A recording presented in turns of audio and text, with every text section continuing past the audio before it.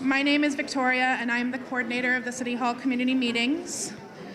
Before we begin, I'd just like to say there's chairs in the corner if you'd like to sit down. A staff member can help you get one.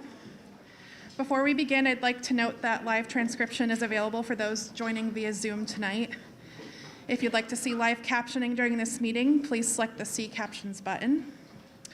A few additional housekeeping items before we begin. Bathrooms are located directly outside the cafeteria. If you haven't already, please feel free to enjoy some refreshments. Tonight's City Hall community meeting is in a hybrid format. In addition to those here with us at the West Somerville Community School, we also have residents tuned online via Zoom. We have a full agenda tonight. Presentations will not be taking too deep a dive into any subject and will primarily focus on main updates. For the sake of time, we've established a process for asking questions. Once a presentation is done, we'll first take up to 2 questions from our in-person audience, and then we will turn over to Zoom for an additional 2 questions. Presenters, please make sure to speak slowly and repeat all questions so those on Zoom can hear. For everyone in person, just raise your hand and we'll come around to the wireless microphone. If we don't get to your question initially, don't worry. Upon completion of presentation, staff members will spend a few minutes with a laptop checking over online written in questions. And please feel free to say hello to a staff member. I'd just quickly like to take a moment and ask that all city staff please stand. I'm going to go around the room, and if you could please just give your name and title. I'm going to repeat their name and title just because people on Zoom need to hear through this microphone up here. So I'll go from my right to left. Adrian? Adrian Pomeroy, ADA for Americans with Disabilities Act. Adrian Pomeroy, ADA Coordinator. Colin Ziegler, Environmental Health Coordinator, or RATSAR for most of the time. Colin Ziegler, Environmental Health Coordinator. Tom Galligani, I'm the Acting Executive Director of OSPCD. Tom Galligani, Acting Director of OSPCD. Nick Salerno, Elections Commissioner.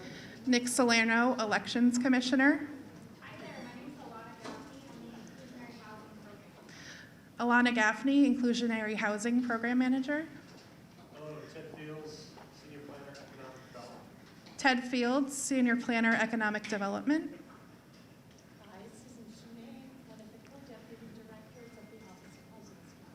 Susan Chimay with the Office of Housing Stability. Yep.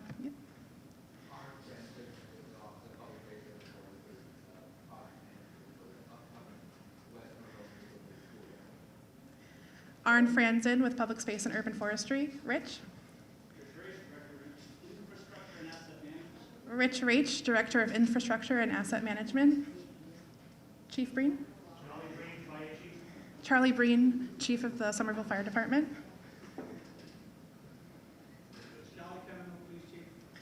Charlie Femino, Chief of Police. Jim Donovan, Captain, Somerville Police, Patrol Operations. Captain Jim Donovan with Somerville Police Department. Oh.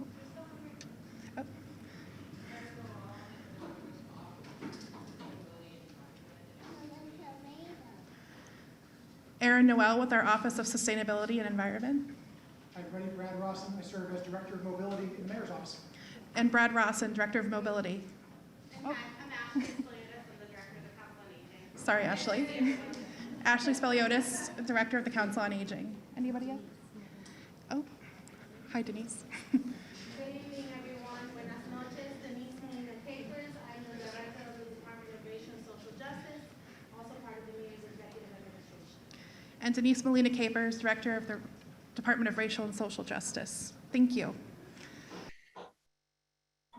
So staff here tonight are ready to speak with you and to answer your questions. As I said, please feel free to go up and say hello, or if you're on Zoom and you have a specific question for someone here tonight, please feel free to submit it to the Q&A. Around 8 p.m., the community meeting will come to a close. If you have any remaining questions, we ask that you email cm@somervillema.gov, and I will make sure that your question gets directed to the appropriate person. For those in person with us tonight, staff will be hanging out if you're wanting to have additional conversations. And I do want to note that tonight's meeting is being recorded and will be on the City TV YouTube channel in the coming days. Thank you for taking the time to be with us tonight. I'd like to invite up Councilor Pineda Neufeld.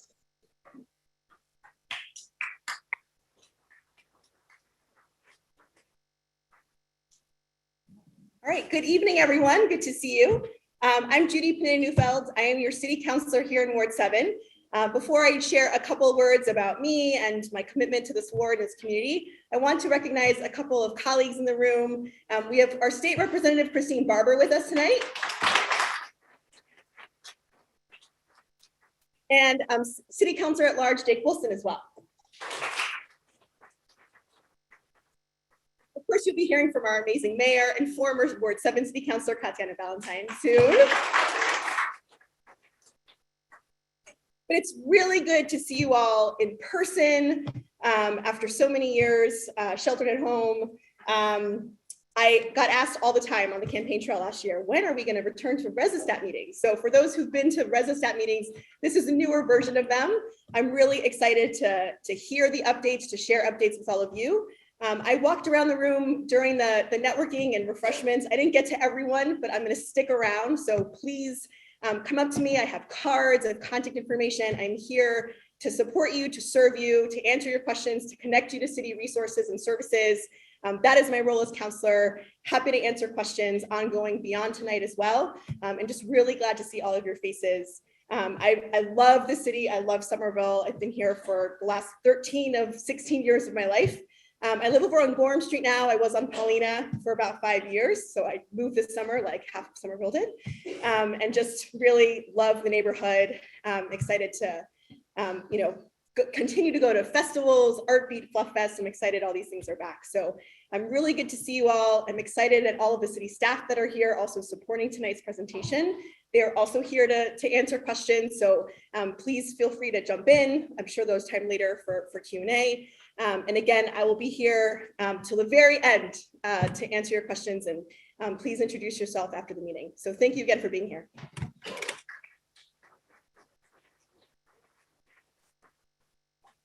And I'd like to welcome our mayor, Katjana Ballantyne.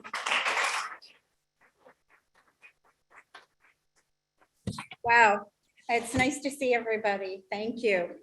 My name is Katjana Ballantyne. I am fortunate to be the mayor, certainly honored to be the mayor of this city. I have lived in Somerville for 28 years. I've attended these meetings as a resident, as a city councilor, as a city council president, and now I'm just really honored to be here at this meeting as your mayor. And as Judy had mentioned, these used to be called Resistat meetings. Everybody would ask me every year, what does Resistat mean? So we changed the name, that it's a City Hall community meeting. This is City Hall coming out into the community to be with you, so you can meet our department heads and you can talk to them and hopefully have their questions answered, or we'll certainly follow up with you if we don't have the questions answered.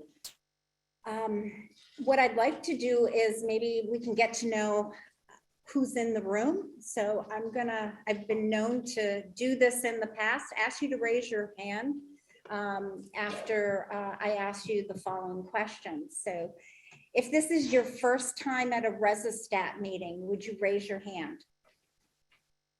Wonderful, thank you for coming, welcome. If you have lived in Somerville a year or less, raise your hand. Welcome. Okay, a little over 1 year. Well, so how about if you've lived in Somerville 2 years or less, raise your hand. Okay. Between 2 and 5 years, raise your hand. Between 5 and 10. Between 10 and 15. Between 15 and 20. Over 20. Okay. If you've lived here your entire life, raise your hand. Yeah, wonderful. Okay. So if you have a dog, Or a cat, a pet, raise your hand. Okay. If you have children in the Somerville Public Schools, raise your hand. Okay. If you primarily move around Somerville walking, raise your hand. Riding a bike? Using the buses, public transit? Using your car? Okay, great. So let me just throw it out to you. Is there a question you'd like to know about people in the audience that I haven't asked? Go ahead, Lexi. Oh, great question. When was the city of Somerville founded and what year? Was it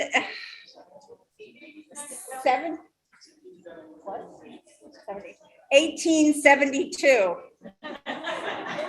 Thank you to the peanut gallery. Okay, thank you all. So I hope tonight provides you clarity on how City Hall is here to serve you and to be a resource for you. I also hope it empowers you to get involved in city processes. The goal of the Ward City Hall community meetings is to provide information, access, and community. Information is a word we hear so much, and it's easy to forget how important it is. But the old phrase, knowledge is power, still stands. It is just as important that community members understand how we use city resources as it is for the staff who do the work. To identify and act on current issues, we first must understand Somerville today. So let's zoom out and take a look at some of the facts. So Somerville is a city of 4 square miles in comparison to our neighbors. Cambridge is 6 square miles or just under 7. Boston is 45 square miles. Every 3 years, roughly 60% of the Somerville population turns over. Those are residents moving in and out of the city. That's roughly 50,000 people. Between 2010 and 2020, the Somerville's population rose 7% to about 81,000. And to give an idea, was it back in the 60s, the population was about 130? Okay, around 110,000.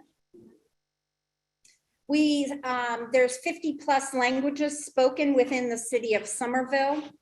Our population is 76% white. Somerville Public Schools is almost the reverse, with it being a majority minority school district and over 60% identifying as low income. Jobs in Somerville between 2011 and 2021 grew by over 8,800. Our budget 10 years ago was just under 185 million. And our budget now for this fiscal year is a little over 309 million. 17 city parks have been renovated in the last 10 years. And on average, 350 trees are added to the urban canopy every year. So vehicles, I find this interesting because I learned as a ward counselor, the most frustrating thing, although working with Rep. Barber, it makes it less frustrating, is that a lot of the land here in Ward 7 is owned by the state. The Dillboy Parks, the stadium, Alewife Brook Parkway, and know that both sides of the sidewalk are owned by the state on Alewife Brook Parkway. So on the house side it is. And the reason I found that is many years ago, there was a light bulb out. And I was trying to get the light bulb fixed for one of the constituents and found out that really that the state owns that and we needed to get the state involved. It did get fixed. It took a little bit, but Rep. Barber helped. Those are the little things that make it, a difference. But the streets and the roads. So Somerville bears the burden regionally of cut through motor vehicle traffics. And Ward 7 definitely feels it because we're the gateway to the suburbs who are traveling and passing through to get to Boston and Cambridge. 8 out of 10 cars on the road in Somerville do not stop at a business and do not stop at a resident. They're just trying to get to Boston or Cambridge. For folks to visualize Route 16, which is owned by the state, Alewife Brook Parkway between Broadway, where Stop and Shop is, over to Cape and Court, that carries roughly 30,000 vehicle trips, 30,000 vehicles on an average weekday. So that's Monday through Friday. I will say that's grown significantly because at least a decade ago, maybe a little bit more, I'm looking to Brad because he has the numbers. He's their director of mobility. It was maybe around 25,000 vehicle trips. So just to get a sense, in a decade, we have 5,000 more cars on that road. This, of course, feeds into the regional cut-through traffic on the major city-owned streets in Ward 7. So Broadway, between Clarendon, where Stop and Shop is, to Teal Square, carries roughly 12,000 vehicles. Holland, from the square down to Davis, carries about 10,000. Powderhouse Boulevard carries roughly 8,000 vehicles daily. The north-south city streets also feel the burden. So Curtis Street carries roughly 5,000 vehicles daily. North Street and Cameron Ave are similar. They're roughly 5,000. City policy is to discourage cut-through traffic and to reduce dangerous speeding to keep our residents safe. One way we do this is with physical traffic calming measures like speed bumps and crosswalk islands. You'll hear more about this from Brad and his team in a few minutes. All these statistics are just a sampling that confirms significant change from where we have been to where we are as a city. It is up to us to act now on what we know. These community meetings are a step in the right direction. They allow city departments to tell their story for you, our resident, to keep informed. So the access, remember these meetings about information, access, and community. Access, I feel, and certainly my staff supports this, should be multifaceted. And we must take every opportunity to ensure it. A main goal of the City Hall community meetings is to prioritize residents and center conversation around you. Everyone speaking tonight, myself included, is available to speak to you one-on-one. Our job tonight is not only to inform, but to listen. As our community is changing, I'm establishing systems that give residents access to help shape the change around us. Job seekers and neighbors need access to city planners and private developers. Youth need to be heard by their schools, city, and by adults. Historically underrepresented voices need to be sought out and amplified in all our shared decision-making. Longtime residents and newcomers must have an opportunity to find common ground in our shared goals and priorities. Access is also rooted in affordability, which is created not just by housing, but also by access to good jobs. It's the ability to live, work, and do business in Somerville. It's the ability to walk, ride, and roll to civic opportunities safely and easily, or to participate virtually. We're working to connect people. This past spring, I hosted a forum connecting developers with unions, the first of its kind for a mayor to host such a forum, building off what I did as a city councilor. Last week, we invited in more than 60 Somerville nonprofits to deepen our work to aid them in their service to our community. I'll continue to host these forums twice a year in the spring and in the fall to connect groups, to develop relationships and opportunities, and to create progress for all.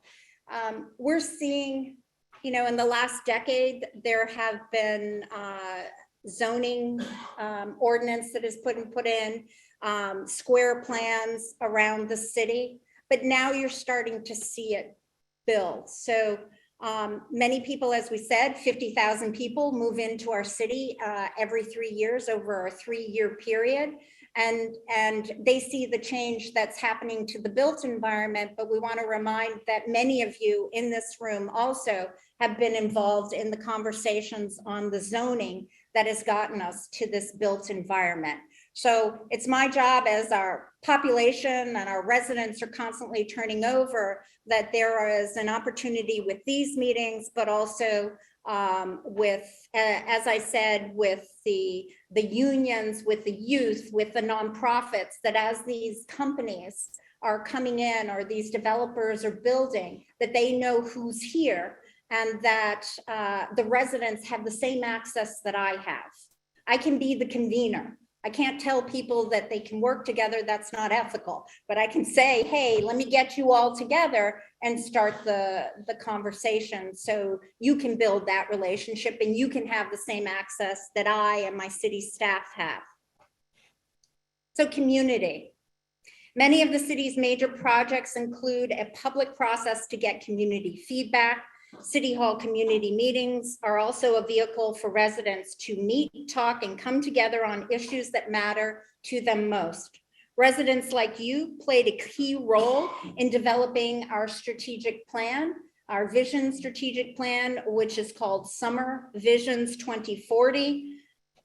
The plan captures community values, goals, directly identifies ongoing challenges. Some of the strategic goals are affordable housing, job creation, mobility and infrastructure, climate and sustainability, and more. The Summer Visions 2040 is also echoed in my administration's Progress for All agenda. My Progress for All agenda is a commitment to an open and inclusive government. First, we ask, how do we create progress for all? The answer is through inclusive, intentional efforts, always viewed through the lens of equity. We must make space for all voices and prioritize those who feel unheard. Progress for All also begins with listening and understanding the concerns. Here is how I've been engaging the Somerville community. So since January, I've held 10 COVID listening sessions with various resident groups to understand their concerns and ideas and needs coming out of COVID. I've dedicated $1 million of the city budget for a first ever participatory budgeting working group. I've launched a survey in April to hear issues of residents electronically. That was an electronic survey. It's called The Voices of Somerville. I've met with youth a dozen times. I've met maybe over 30 times with various senior groups. I've also, attended events, and as my younger daughter says, Mama, can you put your mask on, put a hood on, so when you walk from our house to Davis Square, it only takes us 10 minutes and not an hour. But those are the best conversations, is on the sidewalk. So what am I hearing? I'm hearing about affordability, housing and living costs, the impacts that COVID is having on our families and our residents here, the financial recovery they're going under, the health and safety and food access information that they want or difficulty that they're having. I'm hearing about social justice priorities. I'm hearing about the environment and global warming and sustainability. I'm hearing about transportation, the impacts, how to get easier, how to move around safely. I'm hearing about our city infrastructure, the need for safe schools, city buildings, street surfaces. I hear a lot, almost every day, about our roads. People, yeah, it's a little bumpy. Thank you for laughing and your patience more than anything. I hear about quality of life issues like rodent control, public safety. My administration and city staff have taken concrete steps to address multiple areas that concern the city. We've dealt with affordability issues where we have free breakfast and lunch in the Somerville Public Schools. We have free tea passes for youth starting in 7th grade through high school, and the tea passes are bus and subway. To help people in the COVID recovery, we have a coalition, the Somerville Food Security Coalition, who's always looking to make sure that everybody has access. We have Somerville Mobile Farmers Market. We have a citywide $15 SNAP and PEBT match program that can be used at the Somerville Farmers Markets. We have a Cab to Health program, which provides free rides, cab rides, to grocery stores, food pantries, farmers markets, or medical appointments.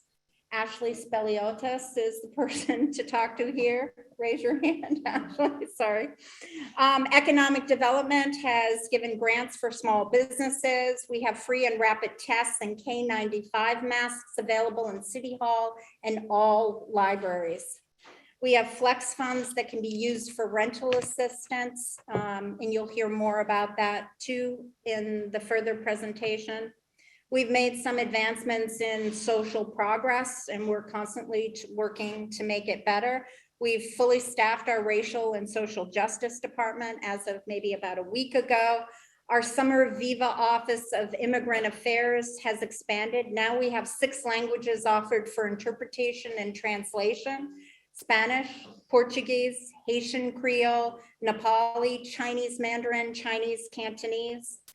We have a historic increase of 10% to the Somerville public school budget, the only one that was that high in the state of Massachusetts. And what does that mean in concrete terms? It means that one of the really positive benefits is that we were able to add 10 additional mental health staff at all levels within the Somerville public schools, from behavioral health, social workers, and for youth and more.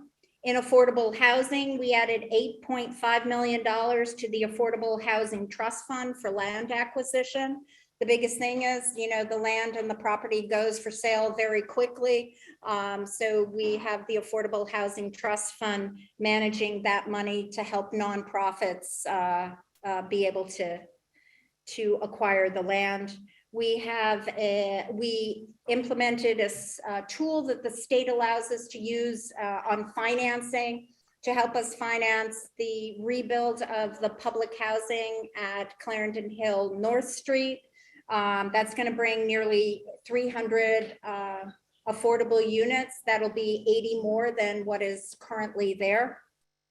We've also put on the market this year through our inclusionary zoning and our community land trust over 80 affordable housing units. Here's where Progress for All Now is headed. We are launching a public safety for all survey, which Denise will talk about more when she presents on what public safety for all means in Somerville. We also need help with filling some positions here in Somerville. So I would ask that you look at our website. That's always helpful. Know that we have positions open for an arts development manager, a health communications officer, a chief administrative officer, a director of finance and administration in DPW, plus more if you look on our city website on the city side and on the school side.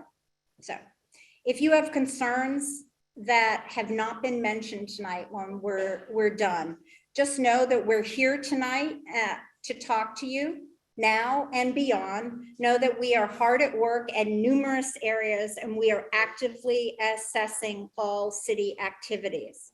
As stated in my inaugural address, my pledge to you as mayor is I will always, always have an open and honest conversation with you about the issues we face and our plans to address them.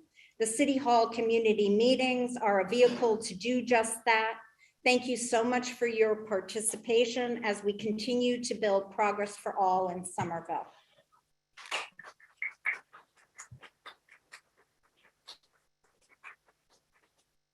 So right now, I'm happy to take, I think what I've been given, I'm looking, where is, oh, there's, sorry, right in front of me. 2 questions from the audience. I'll be here all evening, and I will also take 2 questions online if they're there. Otherwise, then we'll have other department heads come out. Yes, please.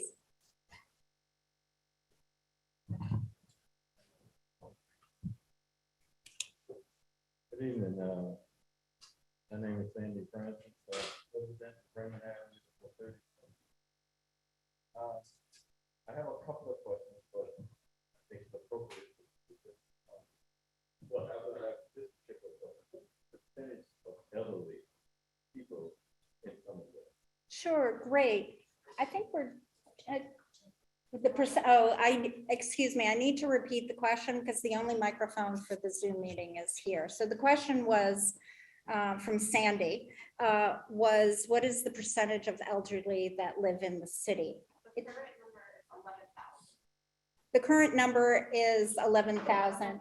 Yeah, so we have about 81,000. So if you 11, so it's about okay. So it's a little, it's over 10%, 11%. Thank you. 13%, thank you. Yeah, that seemed to.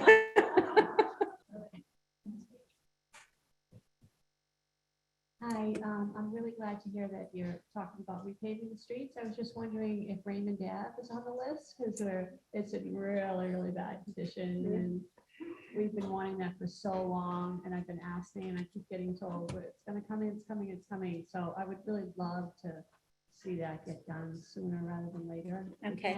And also, I know you mentioned North Ave, so I didn't know if that's gonna be part of. Is there like a program, like what street? I know the street behind us, Caldwell Ave, I think Caldwell Street was done, but I don't really know what how that's How the been decisions doing. there on our city website, there is a pavement plan. I'm actually going to let Rich answer that in more detail. Do you want to come up here?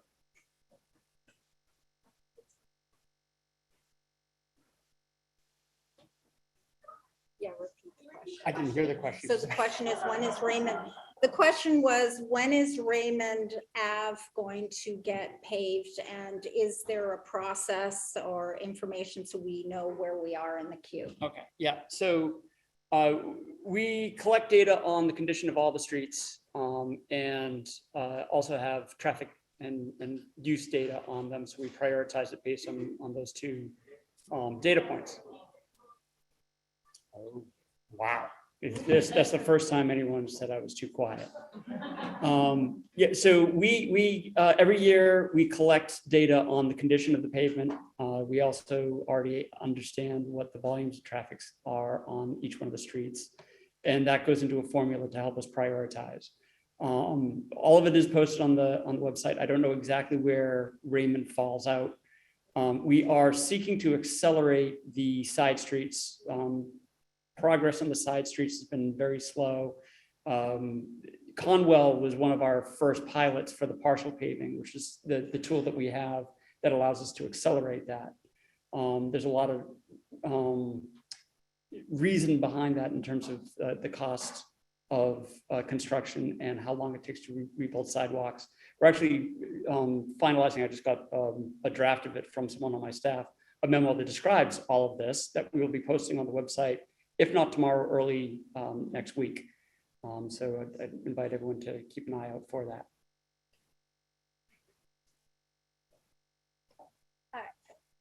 We'll take, I'm sorry? Okay, Carrie. Thank you. I'm Carrie Norman. I want to talk about something that's very dear to my heart, which is our young adults. My 21-year-old has 4 Somerville peers who are dead, 3 of them by guns.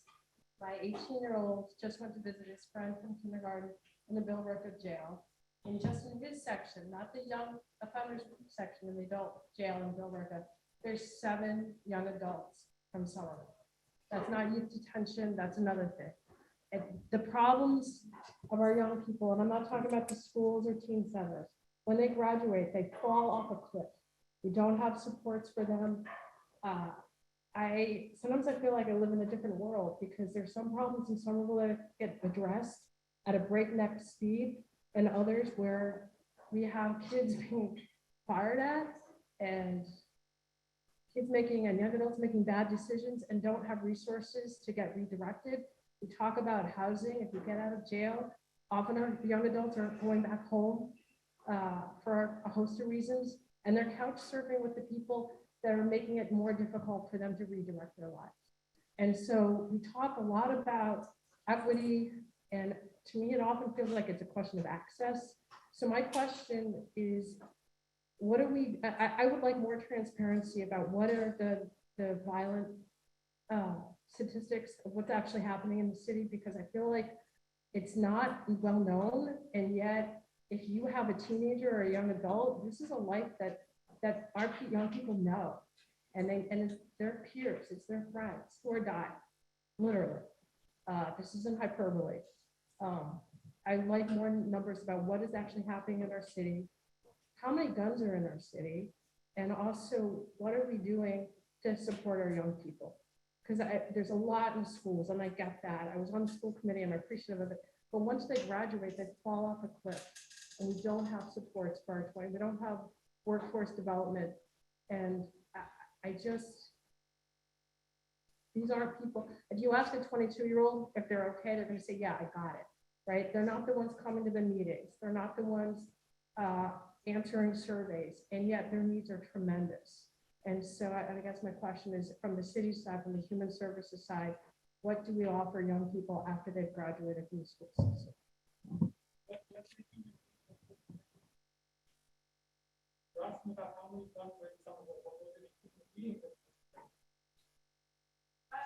Was it a human being that pulled the trigger? So what I'm gonna. We have guns in some of them that are automatically fired by robots. I'm not saying. I'm asking the officer. You won't answer my question. Was it a human being that pulled the trigger, or was it some kind of robotic mechanism? Was it a human being that pulled the trigger? Listen, I'm not going to put that. Was it a human being that pulled? I live here. I'm concerned with my personal safety. The officers are here. I would like to know, was it a human being that pulled the trigger? So so what I'd like to do is answer Carrie's.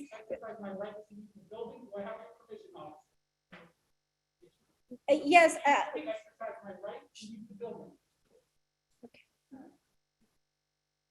Thank you. Happy to answer your question. Want to answer Carrie's question first. First, I'm going to answer Carrie's question, and the chief is right here, so he could chat with you to try to get the answer now. Thank you, Chief. Carrie, thank you for bringing the question up. So we've identified that there's certainly more we can do on the city side. So in this year's budget, I did put a youth director's position in that we haven't quite filled yet. We're looking to possibly have a support there. And really, we're trying to create, I've worked with Mary Skipper, who was our former superintendent, has left, but I'm working with the acting right now, Jeff Curley, as how do we marry what services or opportunities are offered on the school side that we can build on the city side. To your point about access and workforce development and opportunities, that has been a lot of the conversation. It's the youth that might be a senior, might be a junior, or has dropped out, and can we support them or give them access up until their early 20s? We're in transition. We're trying to make something happen on that point. I'm really sorry that you and your family, your son, that's stunning. Yes. In terms of the statistics, when the chief comes up, he can talk more specifically. He is also presenting a little bit later, but he'll be able to answer more specifically the statistic question. If we don't have it exactly, happy to get it for you, okay? The way you want it. So at this point, I'm going to stop. I'm here all evening. I'm going to pass it on to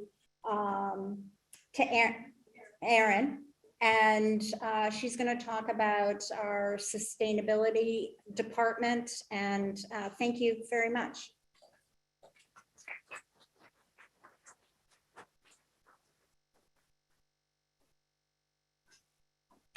Hello, I'm Erin. I'm with the Office of Sustainability and Environment, and I'm here with a couple updates from our office.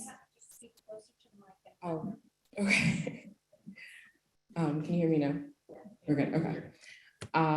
So if we could just hit the next slide, please. Thank you. So the mission of our office is to develop and implement policies and programs that minimize environmental impacts and greenhouse gas emissions, build resiliency, increase equity, enable a healthy and enjoyable environment for all the people of Somerville, and a responsible city government. So that's what we do in my office. And the next slide, please. And one program that we've been working on and we're renewing for the winter, well, like till 2024, is the Community Choice Electricity Program. And it's a great program that helps Somerville residents save on their electricity bills with a stable and competitive rate. Renters can enroll in it. You don't need permission from your landlord.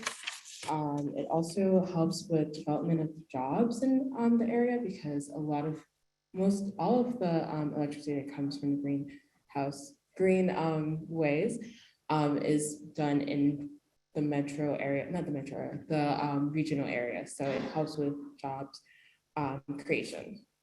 And it's also something that most residents are already in. You can opt up, which is great, where you get 100% green energy. But if you just want to stay at the rate that you are, that's perfectly fine as well.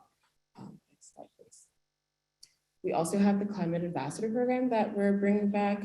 It went virtual during COVID, but we're going to have it in person and kind of hybrid. So for more information, you can visit that link or scan the QR. We also are looking, and we are going to have stipends for people who have have some issues with either if you're choosing to do this program and you want to and you have to work, you can do that. Or we've heard concerns about moms who want to do it and babysitting costs being so expensive. So we have a way to offset that if it's something that you're interested in. Next slide, please. And then we also have the community, the Climate Forward update, which is where we go into the community and we hear what we've been doing right as an office and what we can improve on for the update program that we have for our climate goals. So we're asking for anyone who wants to comment on how they feel, if we've been doing enough, if we haven't been doing enough, if we're doing just all right, if you want something new to be done, you can definitely let us know, because that's what we'll be asking for. And I think that's all I have for tonight. So if anyone has any questions, comments. Nope. Okay.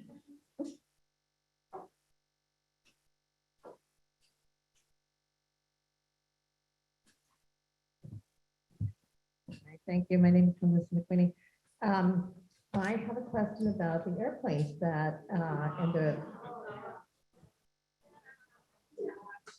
sounds like I'm not the only one.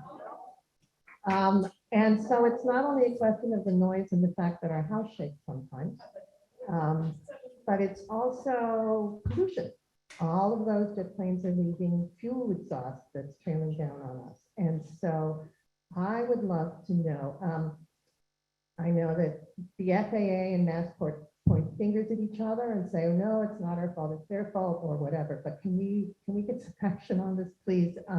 Just so everybody knows, in 2015, Massport and the FAA instituted a new scheme by which sometimes all of the airplanes come over Medford and Somerville, instead of dispersing throughout all of the skies the way they did before 2015. So we're just looking for some fairness in dispersal. Thank you.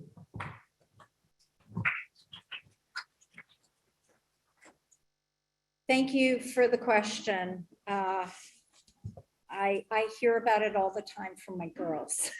You're mayor now, you have to be able to get something done on this. So it is, the city filed a lawsuit. This is 20, so maybe 6-7 years ago. We lost. And it is because, as Melissa stated, the runways are owned by Massport, which is the state. The airs are owned or regulated through the federal government. Planes, as I've learned, when they built this runway, would, if the wind is coming from the northwest, planes have to take off into the wind. So if the wind is coming from the northwest, the planes are going to take up, and that's when we hear it. They're supposed to stay in sort of this channel, this air channel, but they deviate outside of that. So I just wanted to explain that that's what's going on. That's why the noise is so loud here.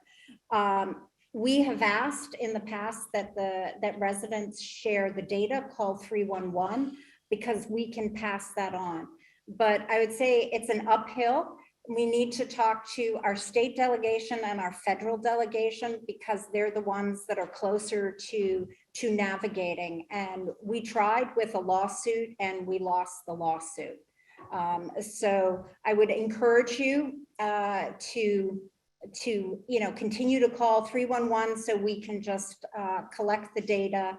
And I'm certainly happy to follow up with our federal delegation to see if there's any more.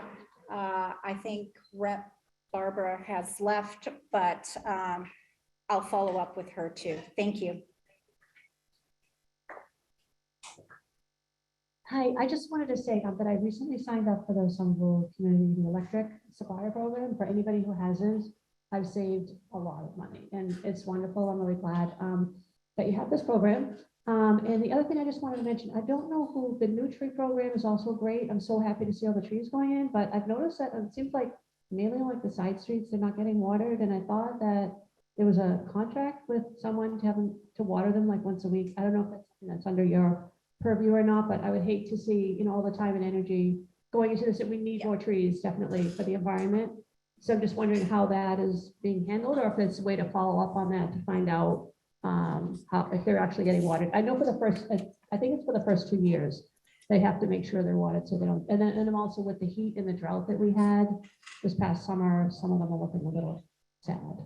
Yes, thank you for the question. So it is about how do we keep the newly planted trees healthy and strong so they can survive. Yes, our contract with the nursery that puts those in are for 3 years. They're required to water them. And the young trees, the newly planted trees, there are some that have died. We're well aware of it. The contractor is, there are some that didn't survive. What I'd like to know, which I don't have yet, is they're going to replace those trees in the spring. And if those that didn't make it, is to find out really what the number is, but they're supposed to be going down. There's also going down and watering them. You can also adopt a tree. You can water the tree too. There is a program. We have a section of our website that's called the Urban Forestry. I don't know if there's anybody here to speak on that this evening, but we can certainly get you more information. But there are a number of programs that we're trying to encourage residents to also help with our plants. Thank you.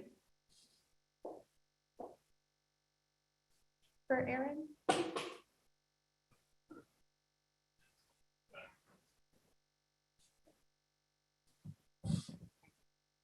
I'm Rachel from Powerhouse Boulevard, and I'm not sure if it fits into your department, but I'm thinking about composting. And we hear a lot of stories. More and more cities are developing pilots, composting pilots, and going in that direction.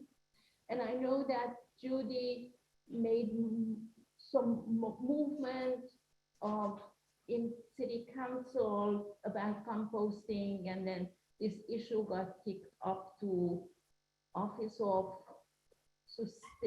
to your office. Yeah, I think I actually spoke to you once. That is not my job per se, but it's Vital. Vital does basically anything that resorts with recycling. He also had the water barrel program. It is something that we're looking into, but we don't have like a fixed timeline that I could like promise or like state right now. But it's something that we're looking into because we do know there's other like municipalities that have like the composting programs, and hopefully we can bring it to Somerville, but I don't have anything to like give you like concrete right now.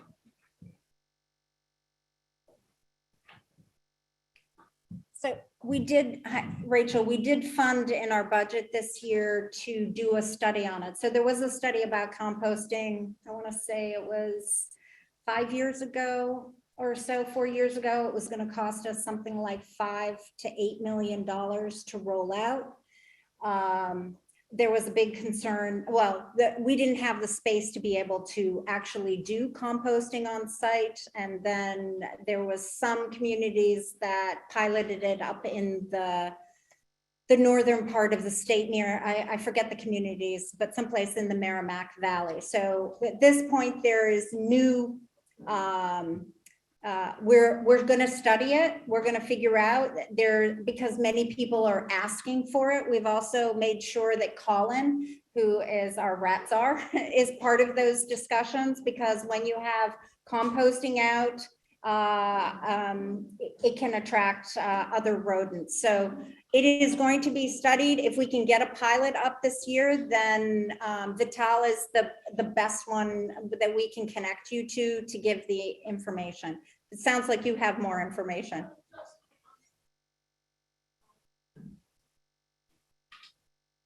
Also hear that there is some upfront cost for composting, but once it goes into effect, the city can actually save money.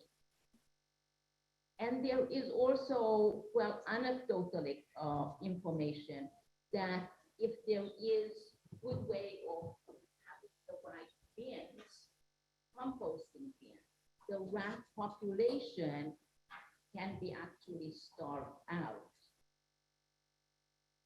Okay, well, thank you for that information. Vital is the best one who's working on this. We can make sure that he connects with you. I don't, except that I just want you to know is that we said we would look into it, because since 5 years ago, when the cost to try to implement a municipal one was around the $5-7 million versus can we get 81,000 people, 50,000 who move in and out every 3 years behind something like this, you know, was a really heavy lift, and we only have one person on staff to do that. But now there's newer technologies. There have been some regional approaches. So we're happy to look into it. And I know this is a big passion of yours, and I thank you so much for constantly, you know, pushing us on this. Thanks, Erin.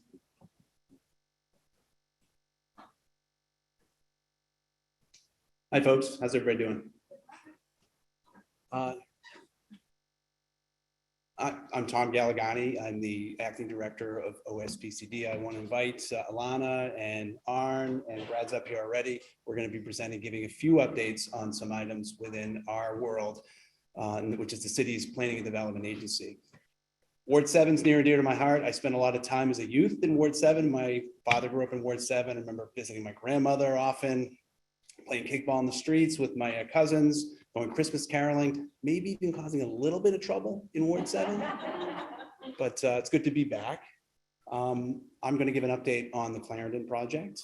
We have some soon to be exciting news on the front on Clarendon. There are 3 big parts of this Clarendon project. There's phase 1, which is ready to launch. Maybe as soon you'll see some activity, maybe at the end of the year, most likely in January. That's where it says block B1. And just for your reference, that's the area that's closest to the Stop and Shop parking lot. So you may see some activity there. And then also the city is going to be undertaking some work with its contractors to fix the intersection and the roundabout there. That work may start in the spring. And then sometime in the future, phase 2 will happen, which is the rest of the site that's not outlined. So, and again, I'm going to bring everybody out. Should we do updates on all of ours first before we answer questions, Victoria, or do we want to take questions now? Okay. So we've got, I think Brad, is Arn up next? Come on up.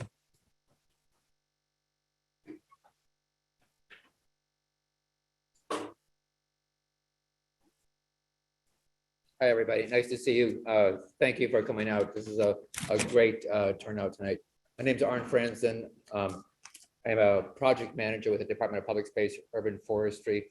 Our department is the two halves, public spaces and urban forestry.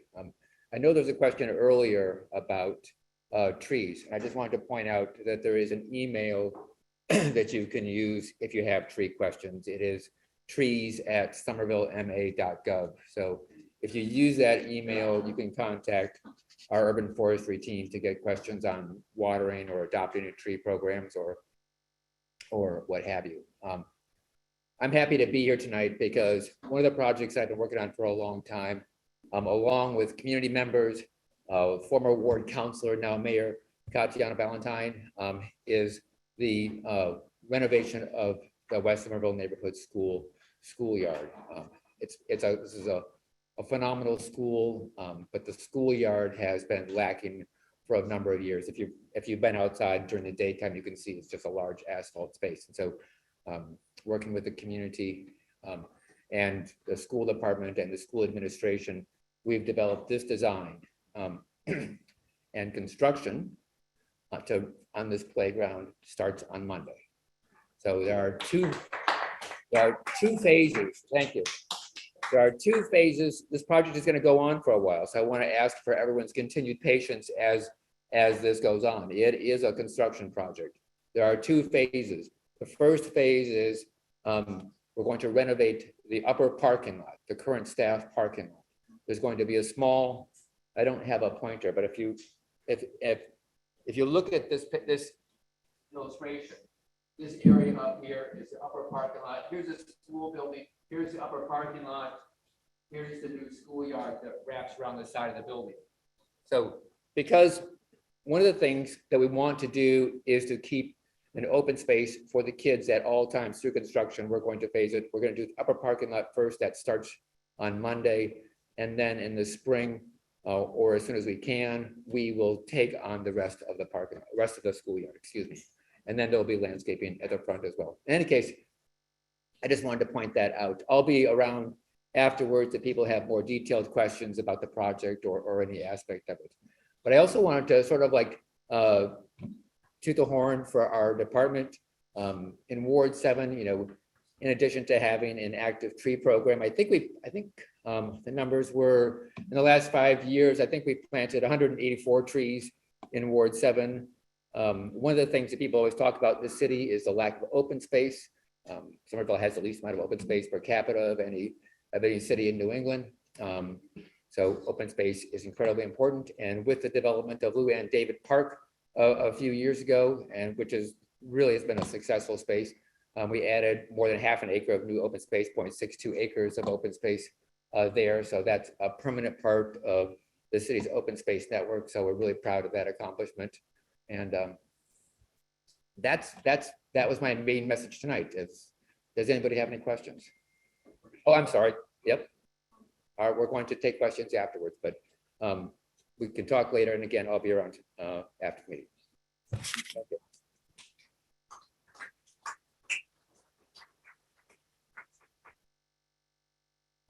Evening, everybody. How's the volume? Okay. Awesome. Hi, my name is Brad Rawson. I serve our great city as Director of Mobility in the Mayor's Community Development Office.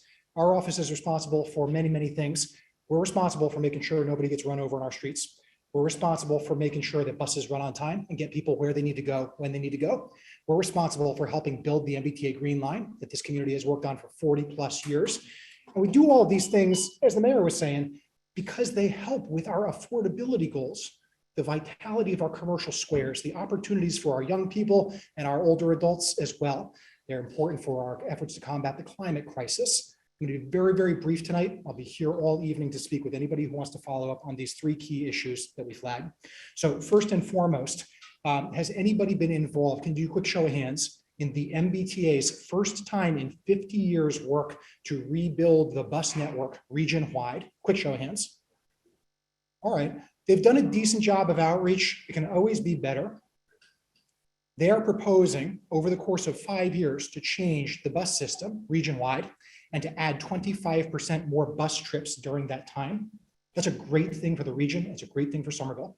They are also proposing to reduce the bus system's dependence on traditional 9 to 5 suburban to downtown commutes.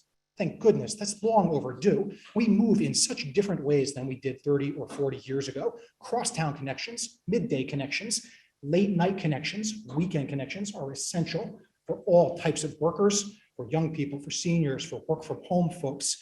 And so these are great things in the abstract. When the MBTA proposed its first draft of their network plan last spring, it was pretty good for the region and it was terrible for Somerville. And you all raised up your voices.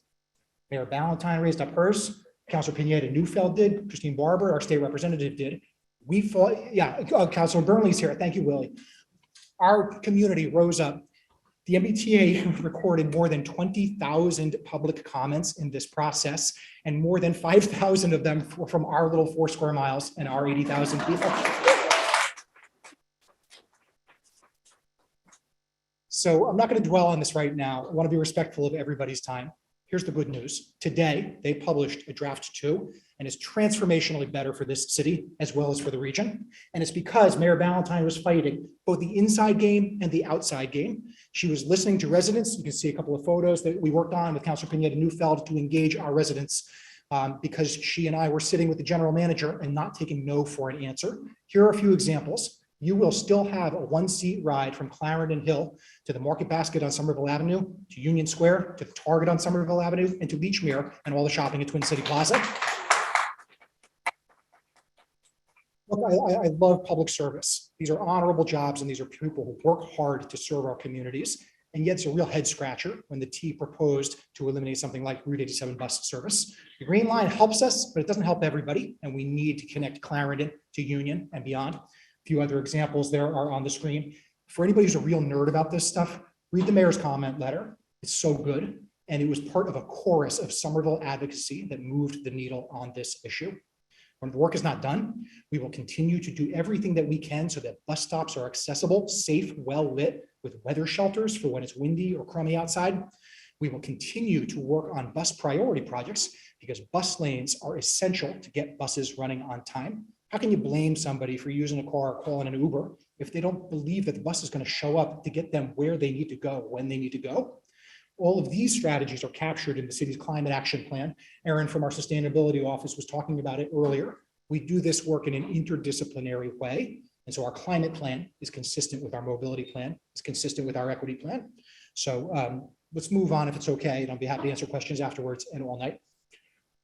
Tom Galligani, our economic development, touched on this. We know that many of you have been rolling up your sleeves with us for many, many years. The good news is we have a contractor. We are building this new intersection. It is unacceptable that our residents feel like they might be run over crossing to the stadium, to the pool. My little kid is learning this. Did I mention my little guy goes to school here?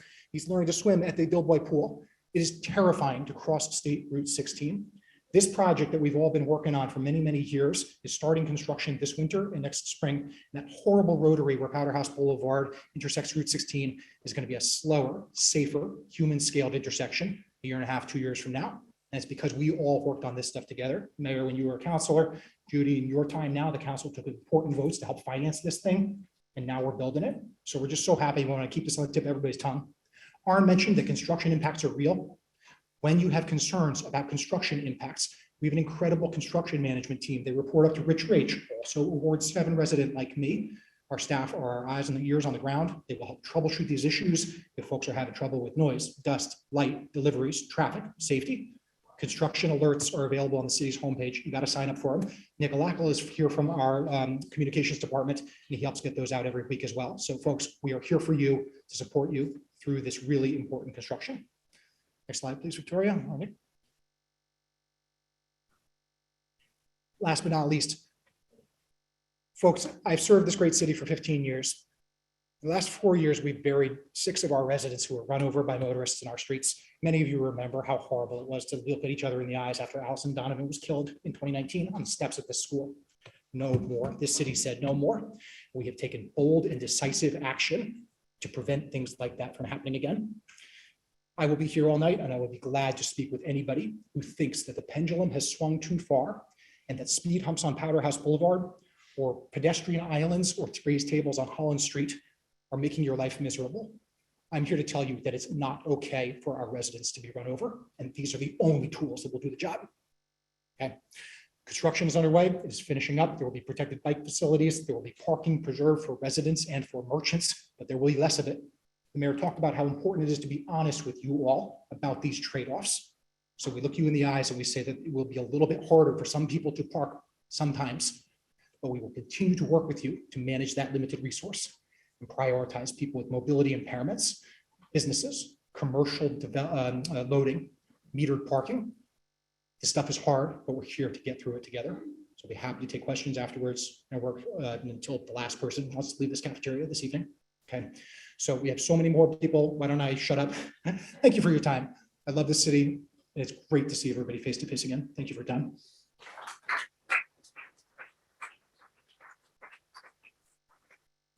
Hello, how are you doing? My name is Alana. I introduced myself before, but I am the Inclusionary Housing Program Manager. If you're scratching your head and you're not sure what that is, I totally was there about 5 years ago, so I'm with you. I want to make sure that I explain it because it's a great program, and I hope that folks are familiar with it. That is kind of our big challenge. I kind of listed it out here, but affordable units being produced via the inclusionary zoning ordinance.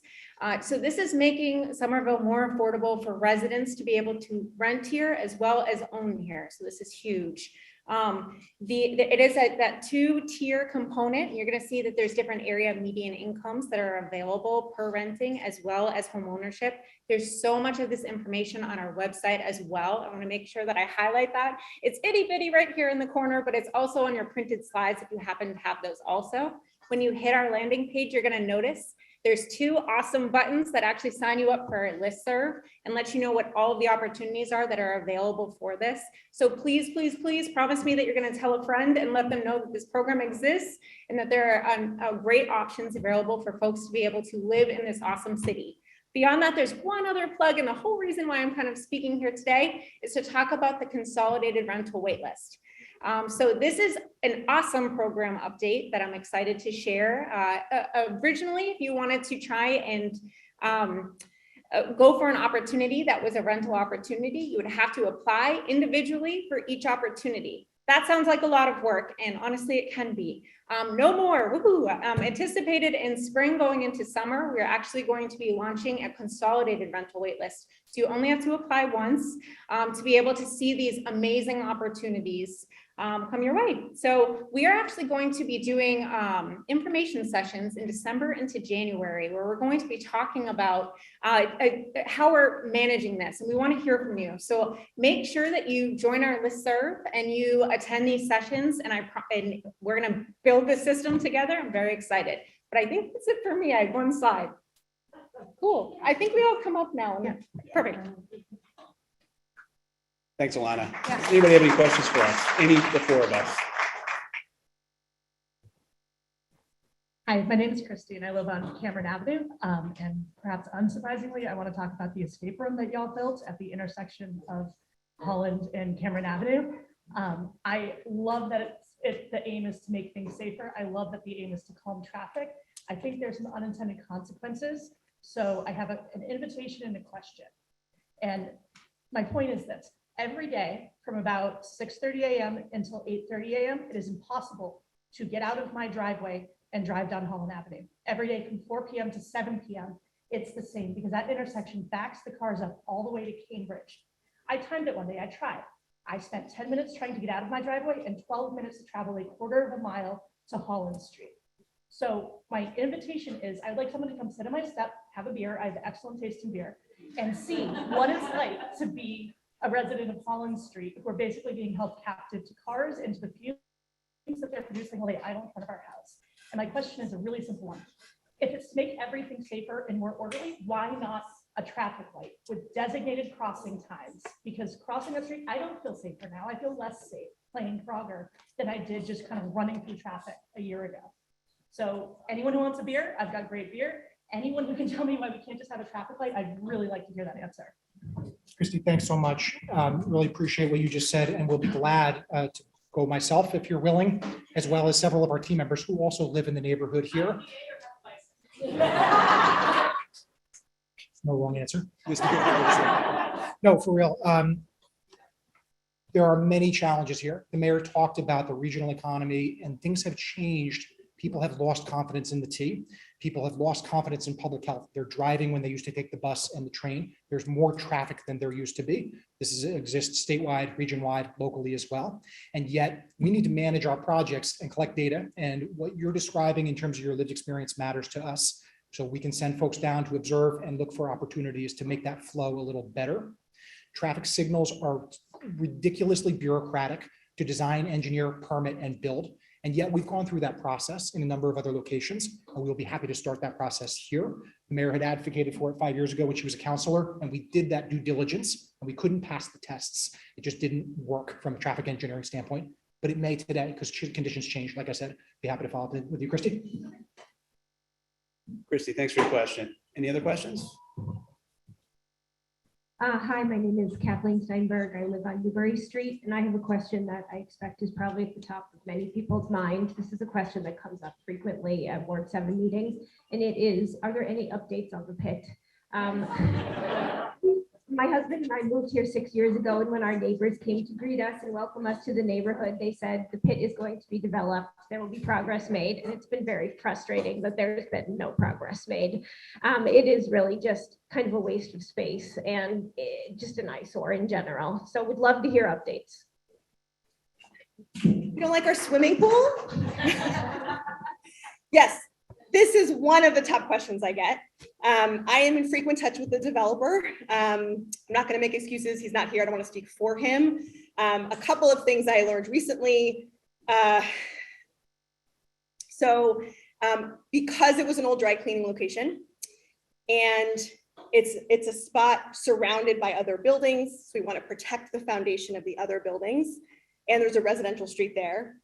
The way the density of the location requires a very specific type of contractor, which are hard to find and harder to find in this construction environment. So he's had to wait until they're done with other projects. He is cautiously optimistic. This was about 2 weeks ago, and I had a conversation with him that they will continue excavation this fall. We're in fall, I get it. And that as things change or shift, he will keep me posted. He's also he's told me, please put me in touch with residents who have concerns. So feel free to reach out to me. I'm happy to make that connection as well. I've been in touch with the business on that street that will be impacted when some of the larger construction vehicles will come down that street, as well as the church across the street. So we're navigating through all of that. But it's really been the timeline of this very specific type of contractor that can work in that environment that's been hard to nail down. So he's apologetic. I'm just passing that along, but I'm in touch with him very frequently and happy to continue to make that connection. I have asked him to let's host a community meeting when there's updates for a timeline. And he said, I want to, and I'm happy to, but I don't have a firm timeline from the contractor yet. So when we have that, I'm happy to make that connection and host something or invite him to office hours so he can speak directly to residents. And he's a Ward 7 resident. He lives across the street. He gets to see the pit every day as well. So yes. A question. This is my be my last question, I promise. But on Raymond Avenue here, we have schools. The West Somerville School here, during the last administration, we had an issue with people flying up Raymond Avenue. Now the kids are on both sides. They're on Potter House and they come up Raymond. As a matter of fact, I think more come up Raymond Avenue. Now, what's happened is that we requested during that time not to make this a one-way. And the reason we didn't want it to make a one-way was because when cars are going both ways, it makes the other cars slow down and have to pull over and pass each other. And so in that way, it was more safety for the kids. We have kids on both sides of the street coming up, going to school every morning. Plus we have kids from projects or other neighborhoods coming around, coming up Raymond Avenue. Why do we have speed bumps all over the city, but no speed bumps where the kids are coming up the street here? That's a real problem. And we've been talking about this since the last administration to control that particular problem. But no, you can have great wisdom, refuse to listen to us that live on the street, letting them know that it's going to create a major problem. And this has been going on for years now. So, but it's going to stop. When something like happen on out here, when a kid get hit over here. So if I could just repeat the question, Sandy, for the folks watching online. The question was, when is Raymond Avenue going to get a different type of traffic calming? You talked about the school drop-off temporary conversion to one-way, and you made a good point, which is that one-way streets are usually faster streets for speeding than two-way streets, because motorists don't want to run into each other head-on. We see this all over Somerville. Right now, we have an interdepartmental group that is transforming the way we do safe routes to school planning. We work with the local school administrations, local neighbors like yourself, with our police department, with our parking department, our engineering department, and my office. We do site-by-site assessments, and then we direct resources. A few years ago, before Allison's crash, we didn't build speed humps in Somerville, and we started doing a couple every year. This year, we're doing 30. We are scaling up these programs to keep our people safe, and the priority will be around schools, around senior centers, places of worship, and parks. So I don't have a specific timeline for you, Sandy, but I will make sure that we follow up together, work with Councilor Pineda, Neufeld, work with the school administration, and try to get a contract in place and then talk with neighbors about those trade-offs, because I think you're right. That's the most durable safety measure that we can offer up. We've done it near the Brown, we've done it near the East, the Capuano, the Healy, and so we need to make sure we're doing it here at the West as well.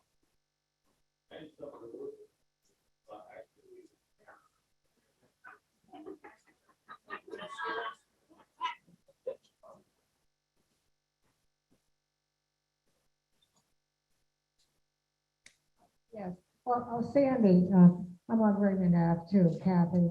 I noticed they just put 2 new speed metering devices in front of my house this week. So I assume that's what I think it is. They showed up in front of my house, so. That collects data. How many cars, how fast are they going? How many are exceeding 20 miles per hour, 25? Yep, that's a city data collection piece. It'll be gone in a day or two. Hi, I'm Kate. I was just wondering what the Holland Street changes, like with removal of parking.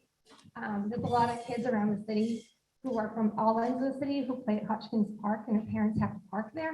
So if you remove parking, then they get pushed out to the side streets, which is already hard to park.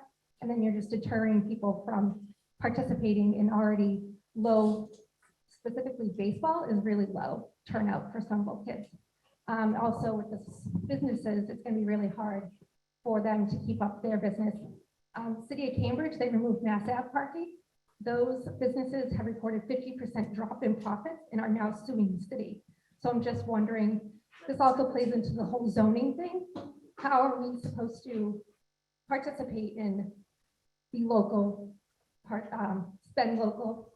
And also my children are in soccer. So if we do the zoning thing, there's not enough parking at the schools in the fields. And my kids, we live here in West Somerville, all their practices are in East Somerville. So where am I supposed to park if you choose the zoning thing? My other thing about the parking permits is I see that you want to make people who have driveways pay more. Why am I being penalized for being off the street is what you want me to do? And how are you going to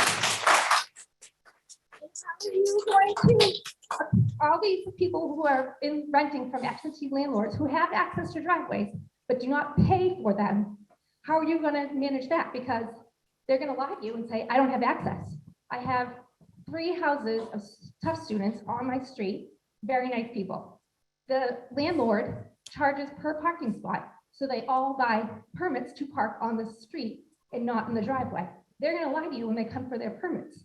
So how is that gonna be fair to me as a person who has a driveway that's documented on public record? Katie, there's a lot of great questions. Yeah, I pay taxes, the students don't, the absentee, the renters don't, I do.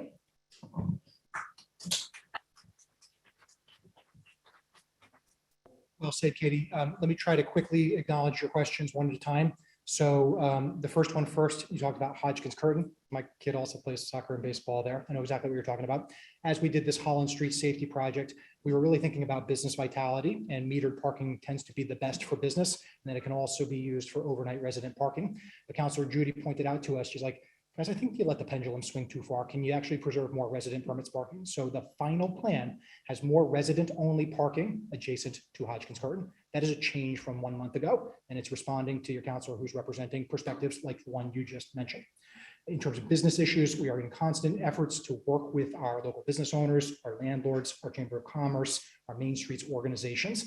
And what you're saying, I want to acknowledge it is hard. This is a transition period, and yet we want to work with those business owners to truly understand, revenues, access for deliveries, for workers, for customers. Typically, people walking to businesses arrive more frequently than people driving, but they might spend a little bit less. How do we bridge that gap, working with them and having collaboration and ongoing dialogue? We don't have all the answers right now. I just want to validate what you are saying and let you know that it is front and center in our mind. The third thing that you said was about resident permit parking policy. I want to be very clear, folks. There is no city proposal to change resident permit parking right now. We have. That was produced by a city councilor who is working hard to share information that does not reflect city policy. We have just done a study. We've collected a bunch of data. We are not proposing changes to parking rates. We are not proposing those driveway issues. We are not proposing to go Cambridge or Boston style with zonal parking that would prohibit you from going to your kiddo's soccer game in East Somerville. My kiddo also plays there. So I know what you're talking about. It's going to take us many years to make better use of this limited parking resource. So we just completed a study. There are no proposals to change those rates at this time. Yes, we have two more questions here. Oh, we have two already queued, and then we're going to keep moving just to be respectful of everyone's time. How are you? First, I just want to say that I resonate with this woman very well, living down at the Clarendon projects. We have plenty of people who live in the area who do not live at Clarendon who like to utilize our parking lot. That is our parking lot. And when we can't park in the lot, we have to park on the street. So ultimately, you're giving poor people tickets and not you who could afford it. I don't like that. As far as traffic stuff and pedestrian safety, Curtis and Powder House has been a problem for a very long time since you guys decided to shut off the signal there. We would like you to turn at least the pedestrian lights on to make it a little bit more safer. For the raised crossing signs that we have down here at 215 Powder House Boulevard, it's hidden behind a tree. So I'm not sure who's up keeping tree trimming, making sure that all signage is actually visible, but you should probably do that. Also, North Street and Powder House Boulevard, the stoplight of Clarendon. If Clarendon's on your right side and you're going up Powder House towards the Rotary, there is a no turn on red sign that is perfectly hidden behind the stop signal. So we also complain about people turning right on red when it says no turn on right, but how are they supposed to see the sign when it's directly behind the stoplights? And that's all that I have for now. Thanks. Jessica, thanks so much. We are taking notes. We've taken all those notes on all those items that you've identified. We'll take a look at each of those. We have final question, and then folks, Brad and Tom will be here if you want to approach them and ask questions. We just want to be respectful of time and keep presentations going. Regarding someone like this young lady here who brought up the same question that I have, is that I also answered a survey that I received at home. So I thought it was from the city. And one of the questions was that if you had your own off-street parking, that you would be charged for that. And that annoyed me. I just thought to myself, don't I pay enough taxes? I pay excise tax, real estate tax. My tax rate has been going consistently up for the last 7 years, quite a bit. I can remember when I spent, it wasn't all that long ago, half a year was $1,200. Now I'm paying over $2,000, closer to $3,000 for 3 months. Whether they thought, well, gee, we wouldn't notice it because if you give it 3 months, it's going to seem like less, and it isn't. So I like to continue living in Somerville. Fortunately, I'm a Somerville native. I lived here all my life, and we always had to save for a rainy day. So I can live my retirement peacefully, and I'm grateful for that. But we were raised with the mentality, probably because many of our parents had a more difficult time during their period of living in this city. And I look back because it was more of a blue collar community. Now we have a real big combination, people paying over $1 million for a house or a condo, you know? So I think I want people to remember that we are taxpayers as well. And most of us are good to our tenants. I have charged my tenants a lot less money for my apartment than most have because I am a native. And I always tell friends who want to move here, look for an apartment that people who are elderly, maybe they pay their mortgage and they can afford to give you a more reasonable rate to live here. So I want my people who represent me to keep that in mind when they say, yeah, no, we don't need one, we need 3 of those when they're talking about adding something to the budget. Because that does concern me. It's not just for me, it's for the people that would like to rent to, and I think everybody else should try to have that attitude. And there was a time, it wasn't until recently, very recently, that I had a 3-bedroom apartment. I paid her, she lived there 9 years, for $1,200, a 3-bedroom apartment. Where can you find that in Somerville? She was a good tenant, she paid her rent time, she kept an eye on things for me, I appreciated her. But it got to a point that my tax rate got so high, I can tell you, if I rent 3 apartments, I can no longer afford. In fact, I think to myself, how do these builders ask so much money for these houses and people move in, they must have to pay a fortune in rent. And I would like to see people from all income brackets to be able to live here in this city. And we've lost the middle class, period, because all my friends left. Many of them said they left along with the Haitians who came in and a large amount into the city, followed by many of the Brazilians who no longer could afford to live or get Section 8. They wanted to live off or out of the projects. And because of the rents were so high, they didn't want to leave, nor did I. So, okay. Yeah, all right. You just thank you. No, I think it's Thanks for your comments. Tom, sorry, one more, Oh, sure. and then we will be moving on. Hi, my name is Karen Glover and I live at Claritin Hill Towers. And I have a lot of questions, but I'll save them for later. But right now, my main question, not just my question, all the seniors at Claritin Hill Towers would like to know the thought process that went in to the bench on Holland Street that is in the middle of, was put in on like a slab in an island in the middle of the street. So senior citizens sitting there, and I sat there for 2 hours the other day, and I really felt like a senior citizen sitting duck. Because when I sat there, it was either a lot of cars whizzing by, or maybe a lone car, when I sat there for maybe 10 or 15 minutes, a lone car would come by, and I'm thinking, I'm a senior citizen, I have my pocketbook on me. Some jerk could just jump out of that car, stop and jump out of that car and grab my purse. I mean, what is the thought process that, number one, puts a bench without an enclosure, which Brad said at Claritin Hill Towers only had the MBTA bus crisis, that he was going to make sure that money was allocated. They had the money to put enclosures around the bench. So number one, the bench is in the middle of the street. It is actually in the middle of the street. No enclosure. And what happened to the bus sign? There's no bus sign there. And also the bench is so far away from the senior center. So actually it's a little bit of a walk now from the senior center to that bus. Fortunately, the bus drivers, because I take the buses and I've interviewed them, and they say, well, we know the stop, so we stop. So that's the situation there. It's a very bad situation. And Brad, when you were at Claritin Hill Towers, you said enclosures, enclosures. Well, where is that enclosure for that bench? Karen, thanks for raising that. It's an active construction site. We're still working on it. Weather shelter's coming just like the old one used to be. We want more options for seating. And yes, that is a safe situation. Once the construction is finished, it's still a construction site, signage, cones, barrels will keep people from barreling into that. But the long-term solution is a weather shelter like the one that was there before the construction. So we're still working on it 100%.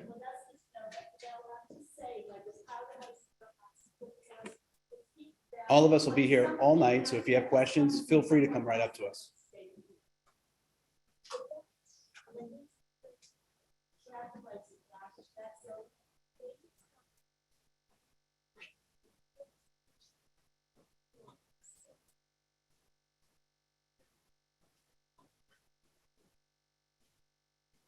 Hello again, everybody. My name is Rich Race, Director of Infrastructure and Site Management, and I have the unenviable job of following OSPCD. I hope you have half as many questions, or maybe a third as many questions for me as you do for OSPCD. So infrastructure and asset management, we are engineers, architects, construction managers. If Somerville was Fraggle Rock, we would be the doozers. We are less vocal and visible than Brad, but we just build the stuff. And have some, we have a very good construction liaison who does most of the speaking for us, because most of us are engineers. You can tell an extroverted engineer because he looks at your shoes when he's talking to you. We have done buildings. We do buildings. During COVID, we upgraded the ventilation systems in this building, along with the other school buildings. We are now moving along with the next phase of that. Starting next week, we will have mechanical engineers back in this building, assessing everything that we didn't touch in terms of airflow, concentrating more on temperature, updating some outdated equipment in this building and other school buildings. We're starting with this in the Healy, move on to the other school buildings after that. On the next slide, a public service announcement. If anyone doesn't know, we manage a lead service replacement program every year. We've done about 150 to about 200 of them thus far. This is an excellent program. Somerville has some of the best drinking water in the nation. We are supplied by MWRA.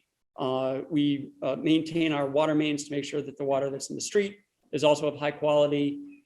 We've been systematically working through what we know or locations we suspect have lead services. That's the pipe that goes from the main of the street into the houses.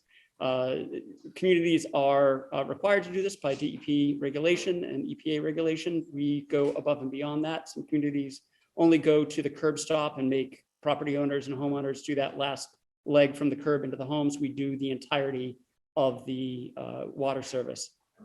We do look for volunteers to sign up for the program. We'll be doing another about 100 next year. There's a website that you can sign up for, or tweet our Somerville infrastructure Twitter. Will reach out to you, get you on the program for next year. The next thing I need to do a public service announcement on, we are in the process of prescribing updates to or improvements to our sewer system. Now, this may seem less impactful to ordinary days than some of the traffic stuff, but it is very important. We are in the, we have finished an evaluation of what we would need to do to the system to alleviate flooding. The next step, which is under regulatory review by DEP and EPA, is to determine what needs to be done to reduce combined sewer overflows. We are an old community in which both stormwater and sanitary are in the same pipes. When we have heavy rains, that system overflows. There's an overflow into the Mystic. There's an overflow into the Alewife Brook. We will be under regulatory requirements to do system upgrades to reduce those. From a steward of our system, I'm also very interested in making sure that these system updates that we do that will be compelled by regulatory compliance, we also aren't ignoring the things that are important to us as a community. We want to make sure that we're not sacrificing our level of service. We want to make sure that we're not simply reducing combined sewer overflows and continuing to have neighborhoods flood. So we do need our voices heard during this regulatory review process. We had a kickoff meeting for it a few months back. The next meeting will be in late November, early March, or early December, where we'll be talking about some of the ways that we evaluate at CSOs, but also what our priorities are and how we'll evaluate potential system improvements. So I think it's very important to get words out to the neighbors and attend what will probably be a very boring presentation, but then hopefully we get some feedback on the direction in which we want to take the program, so that what we build is, and what we pay your sewer bills with, is consistent with what it is that we want to see with our system. So with that, I'm happy to entertain any questions on things we build. My name is Nicholas Kritikos. I live 15 years in this street. 50 years, everybody promised to fix the street. You never fix the street. Promise, yes. Fix the home, yes. I never fix the home and the sewer. Please make a shoot to fix it. We'll get it on. Agreement. Yeah, it's very popular. I think it's going to be paving it and putting some speed bumps on it. Hi, I have a question about the lead service line replacement. I believe I'm signed up on the list, and I'm wondering if you prioritize homes where there are children are living differently than homes where there are not children living. I almost said through the chair. I'm so used to committee meetings.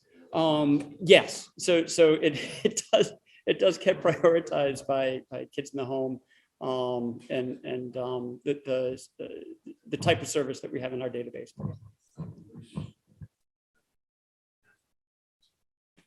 Hi, it's me again. So the sewer drains that are surrounding Powder House, probably to about here, and then down by Route 16, that area, I've been cleaning them myself. The leaves, sticks, trash, anytime that we get a heavy rain, anytime that it snows, I'm out there with my middle child cleaning all of that, because you guys are not doing that. That's part of the reason why people's yards are flooded, why Route 16 is flooded. And I think that it's important, but also that we have a job as people who live in the community to do it too. So, you know, I'm out there all the time cleaning the drains. If you guys ever have an opening for a job for somebody who's cleaning the drains, I will do that. More than happy to. I'll pass your information along. We are definitely hiring in the sewer department. We need the help.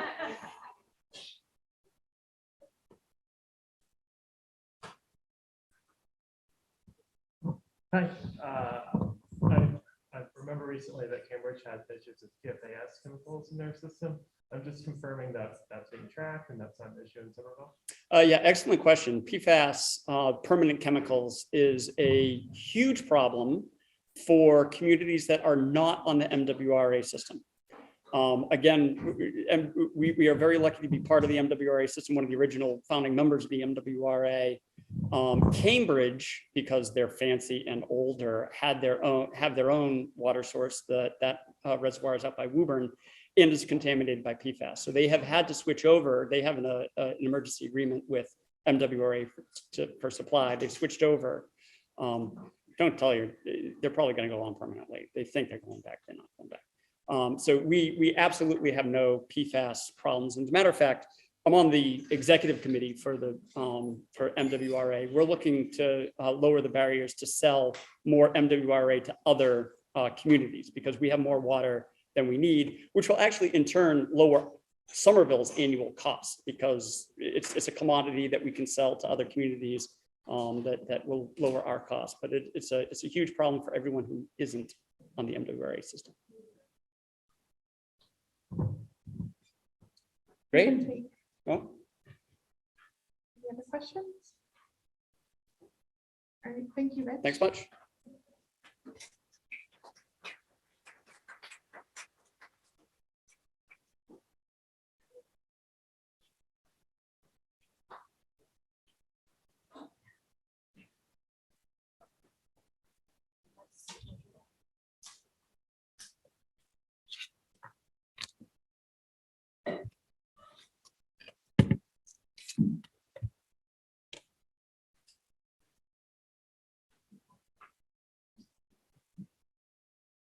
Good evening, everyone. Good evening. Thank you. Buenas noches. I am again Denise Molina Capers. I'm the director of the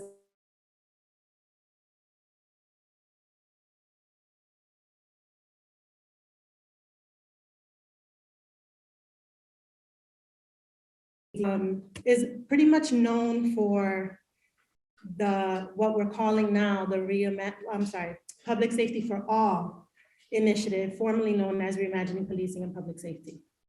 But really what we should be talking about is public safety for all, because public safety involves so many different intersections of life. So the Department of Racial and Social Justice, although we are known for that because we are prioritizing that initiative, our general mission is to lead the city of Somerville in its equity efforts and collaborate with departments, constituents, and stakeholders to eliminate the institutional and structural systems that create racial inequities, social disparities, and other social injustices. The goal of the department is to be a department that collaborates with all, that creates initiatives that are community-driven. So we were established in 2021, and we have continued to build the capacity of the department. We've hired an RSJ coordinator, Amanda Najim Williams, who is with us tonight. We've hired a community engagement specialist, Leonor Galindo, and a public information officer, Hawken Brooks. Last year, we opened a call for RSJ Youth League members who began a study with Somerville youth to collect data on the concerns Somerville youth had around social justice, around racism in the city, and public safety. And we also asked them about what would it be like for them to have a youth cabinet that gives them a voice in the decisions that are made in the city. I am happy to say that the RSJ department is planning on presenting this data. And we are also planning on presenting the RSJ Youth Cabinet that will live under the RSJ department and give youth a voice and a space at the table. We started in September what is called psychological first aid training. The Department of Racial and Social Justice, in partnership with the Somerville Office of Immigration Affairs and the Department of Health and Human Services, hosted 2 free psychological first aid training sessions for city staff, frontline workers, and people like you here today who we consider community leaders.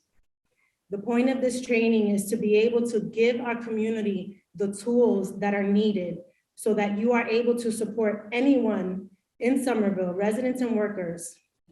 We have had over 100 participate in these trainings, and next week we will have the 3rd follow-up to that training. Around hate and bias incidences, the community requested that the RSJ monitor the establishment of a system for reporting, investigating, and referring hate and bias incidences. We are in the process of implementing a case management system known as Filevine. This is going to allow us to customize and track any and all relevant information for these complaints. And it will also allow us to keep consistent contact with the person who has made the complaint and let them know what is happening with their particular case. Around public safety for all, the staffing and operations analysis, we have completed the phases of initial meetings and fact-finding, focus groups and interviews, data collection and analysis. We are currently in the process of recommendation development, and the final phases after that would be report development and then presenting the findings to the community. We currently have published the Policing and Public Safety Perception Survey. It is available in 6 languages. It is posted online, and if you would like to fill one out today, we have them in the languages, and you can raise your hand. Amanda will come over to you and make sure that you get a hard copy to fill it out before you leave. There's also the QR code. Community visioning focus groups are happening. They've been happening since August.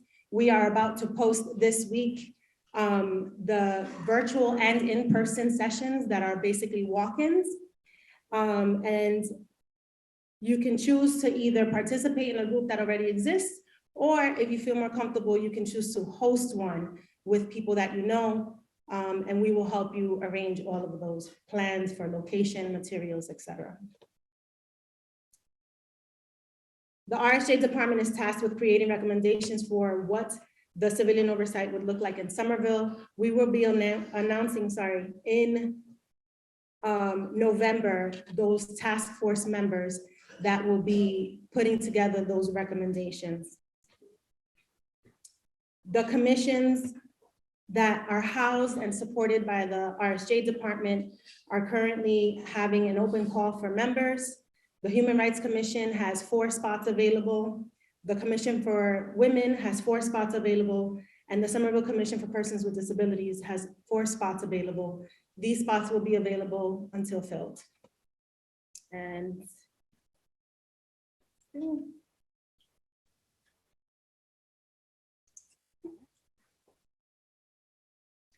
good evening. Thank you all so much for being here and taking time to be here. As said earlier in the evening, my name is Adrienne Pomeroy, and I serve almost a year now, coming up soon as the ADA coordinator for the city of Somerville. I get the privilege of serving the whole city, both internally and externally. I am housed in the Racial and Social Justice Department because you cannot have conversations and education around diversity and inclusion if you are not including folks who have disabilities. With that said, as I started to educate myself about this community, I started with my colleagues, who I'm thrilled to share with you are eager to learn more about the ADA. And many departments have a really great working knowledge of the ADA already because of the work they do around our city. That survey was completed in early spring and will inform my work around trainings and education with my colleagues across many departments. As that has been mentioned in many meetings, I work almost with every department at this point as they introduce projects across mobility, engineering as the city's developing to make sure accessibility is being talked to at the beginning of the conversation. With that said, as of approximately midday today, I finished the first of those trainings with our fearless firefighters who serve our cities and have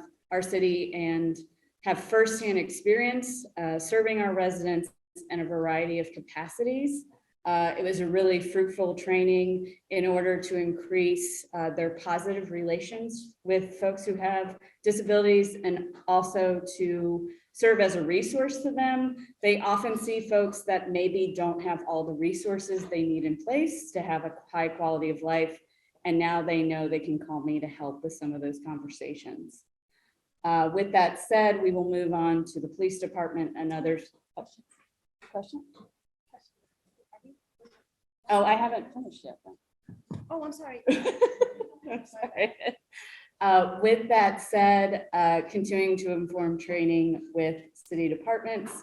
And then soon is when you all come in. There will be an ADA community survey released sometime in November. And I will welcome your feedback, not only on sort of by the book ADA related, but accessibility for all, because you are the people that can tell me the things you are seeing, the things that your neighbors may be experiencing, and I look forward to gathering that data.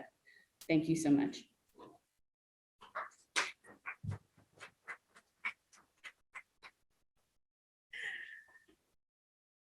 Sorry guys, it's been a really long day and the police department is after us, so I thought she was introducing them and I didn't want to leave without answering questions that may exist. Yes, sir.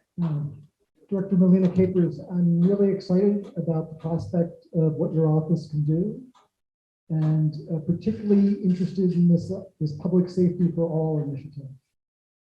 It's really meaningful for me, both because professionally, my work involves working with communities around promoting the social and emotional well-being of young people, but also just my own experience personally, being a family member of someone who had a mental health disability.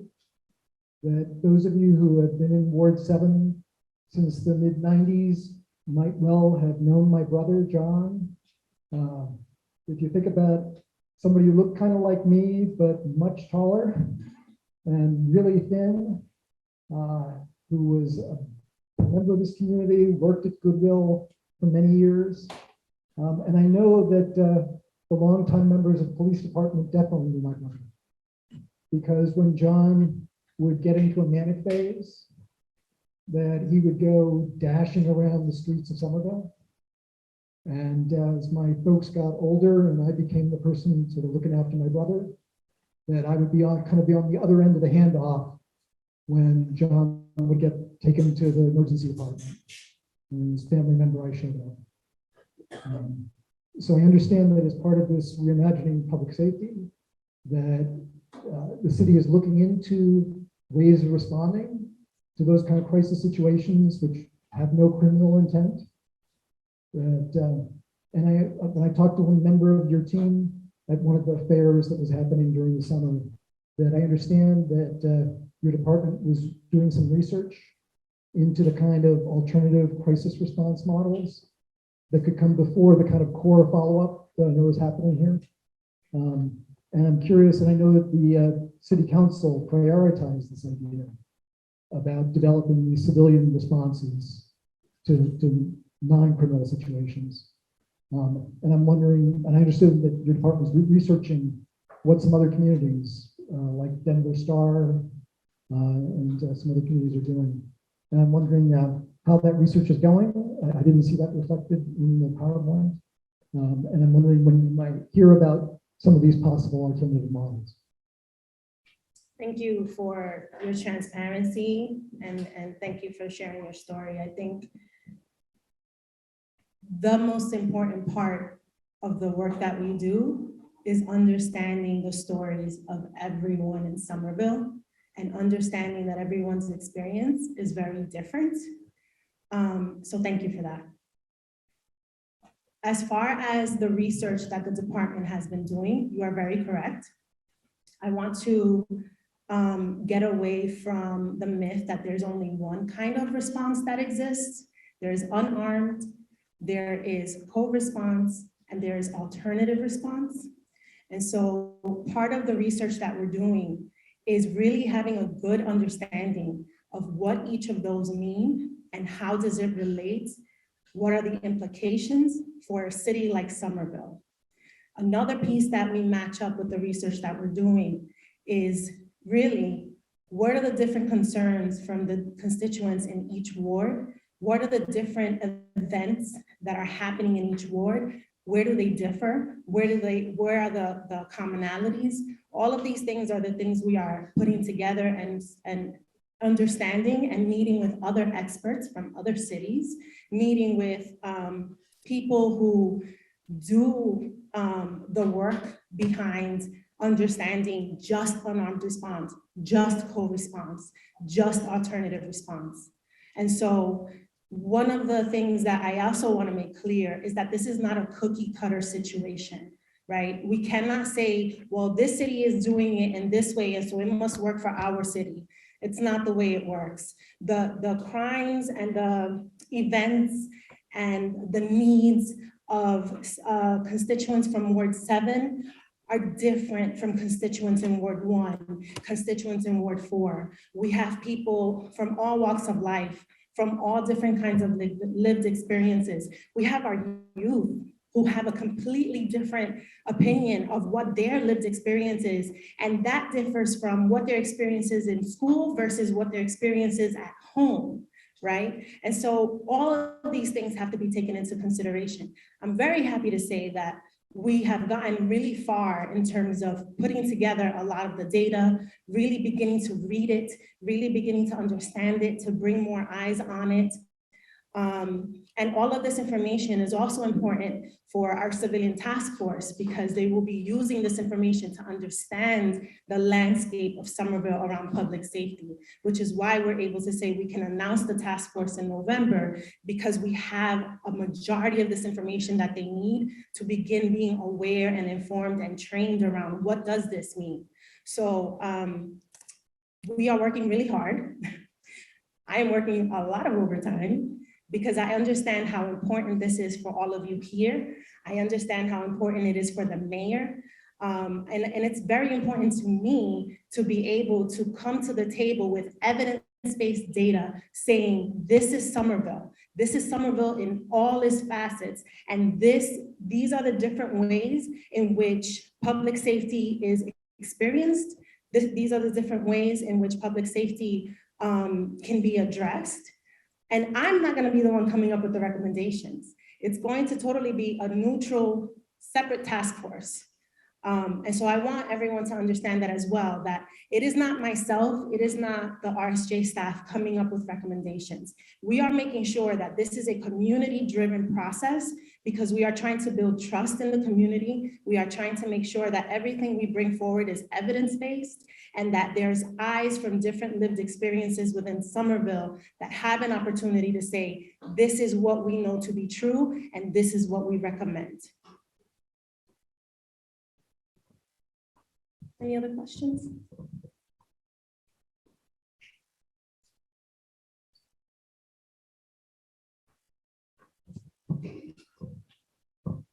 This is an Americans with Disabilities Act question. A lot of people who are majority of people who are disabled look like me.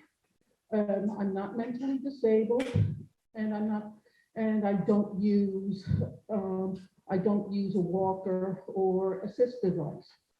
How are you going about training people to interact with people like me, where I might have to say, this is the accommodation that I need.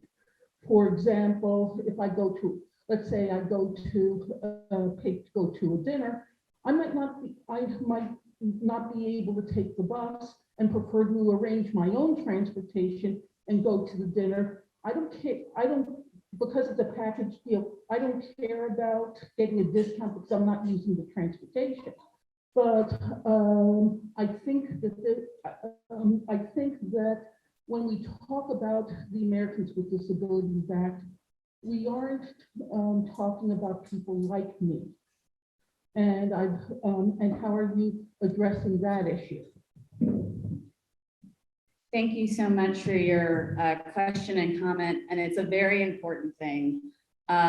There are so many different types of the way folks identify with disabilities. Some of those, and I had the discussion with the firefighters this week, some of those will not be what would folks say are apparent. And, you know, and sometimes folks such as this individual here will have to voice and advocate for their own accommodations because the ones that are laid out by federal law may not necessarily work for them. So that is the core of my trainings with my colleagues and staff, is it looks different on everybody. And sometimes you may not know, and you may need to open your ears and increase your cultural competency around the disability community because it's different for every person who identifies that way. And of the utmost importance, and I told this to the firefighters this week, it is up to those folks to define what their personal narrative is about their lived experience. And for us as folks who are learning by educating ourselves, to listen and form policy and adaptations and accommodations around those. Because yes, I am the ADA coordinator for the city. And yes, the city has obligations under that federal law with Title II, but there is so much more we can do that doesn't fall within that verbiage. And that is why I exist. Thank you. Final question. Hi. Hi, how are you? Good. So racial and social justice for the city. One thing I would like to see the city step away from is their work with the state and DCF, because people who are low income, when something happens, housing police has to show up, or police in general, whether it has to do with your child or you, nothing abusive has happened, no neglect has occurred. However, a 51A has to be filed every single time. And for our families, and maybe even, you know, we could throw disabled people into that too, because this is a thing. This is a thing. Nobody wants to talk about this thing, but it's definitely a thing. We're discriminated against by the state often, and the number one race that is discriminated against when it comes to advocacy and being able to defend yourself against something like the state with DCF, those are people of color, right? Those are the families that often get targeted by the state agency. I would like to see something happen within the city where we don't resort to calling DCF. It is used as a threat for low-income people and families. We constantly say that, keep families together. Let's not tear people apart. Let's keep the kids in the home and get the real help that these people need. I can't tell you how many times I've heard that in this city alone, but I've never seen it. I've never seen it at all, ever. So, I understand people have addiction issues, people have issues, but why does one outburst where I get into a headbutting, argument with my 15 and 16-year-old kid have to end up with me getting charged with some type of neglect or child abuse, even though it never was a physical thing, or, for example, I'm in the wrong every time as a parent, and then, they throw their services in. Oh, here, let us offer you this. They're like salesmen, but they have you by the throat. So I hate seeing my neighbors have their children in, horrible living conditions, but I also hate seeing my neighbors who are good people have their kids removed from the house for no reason, right? They're good parents. We all could vouch that they were good parents. So why is the state and this agency even involved? It's used as a tool to threaten families. And I often feel like the people who are middle and upper class don't experience the same life when we raise our children as low income in our community. We are constantly a target, and it's obey, do something wrong, and then boom, something's coming down. Somebody's coming after you. And I don't want people to feel like that. I don't want to feel like that. I don't want my neighbors to feel like that. I don't want the people who live down in Mystic to feel like that. And it's not talked about. So I would like you as the city, social racial justice committee to focus on keeping DCF, state agencies, things that are not protecting immigrants, undocumented people, and low-income people out of the city. Take them out of the equation and build something that works. Thank you.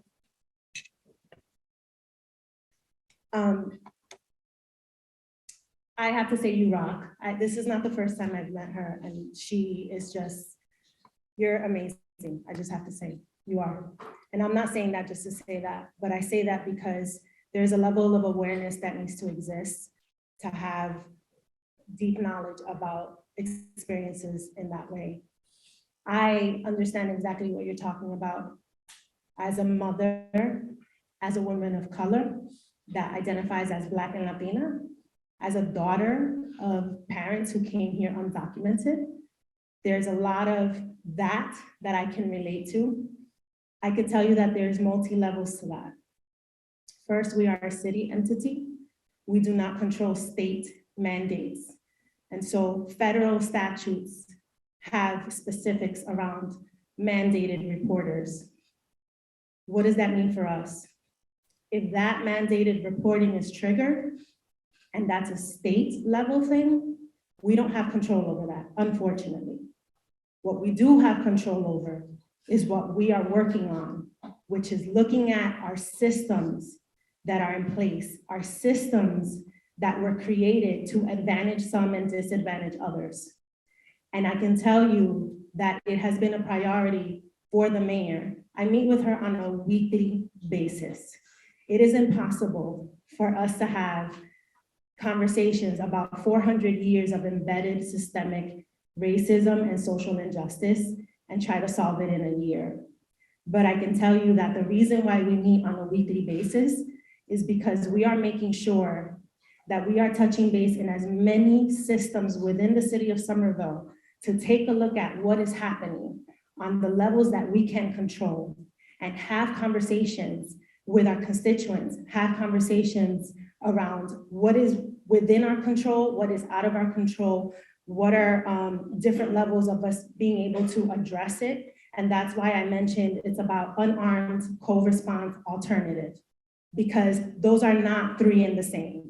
So it's the difference between understanding that it's not just about responding to something. It's also about looking at the public policies and what is currently in place to support our families who live in specific areas, to support our families of color, to support our single parents. What do we have in place?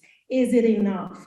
Do they want more? What exactly do they want? Because one of the things that we fail to do, and we're complicit in perpetuating this system, is that we assume to understand what people need in order to sustain a livable lifestyle, in order to take care of their children, in order to have a work development, right? We assume all these things.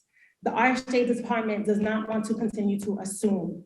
This is why we're taking the time to talk to people. We're taking the time to do the focus groups. We're taking the time to give people an opportunity to participate in whatever way they want through the RSJ community panel. We're taking the time to do the surveys. We're canvassing. We're out on the street. We've been going to different areas. We've been knocking on doors. We're posting the QR codes wherever we can. We're calling people on the phone and saying, if you need it in your language, we are here. We're going to take the time to help you fill this survey out. We need to know what you need.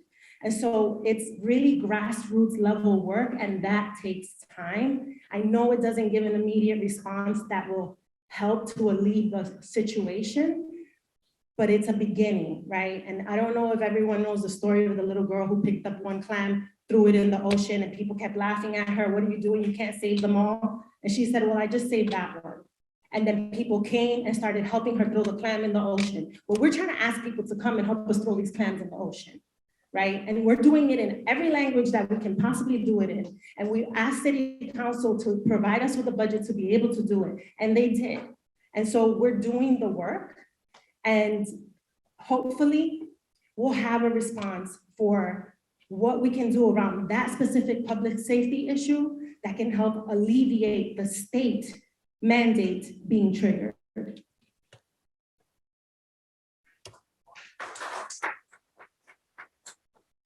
All right, I'm here afterwards if anyone wants to talk. If you want a public safety survey, we have them here. And now, Chief Femino.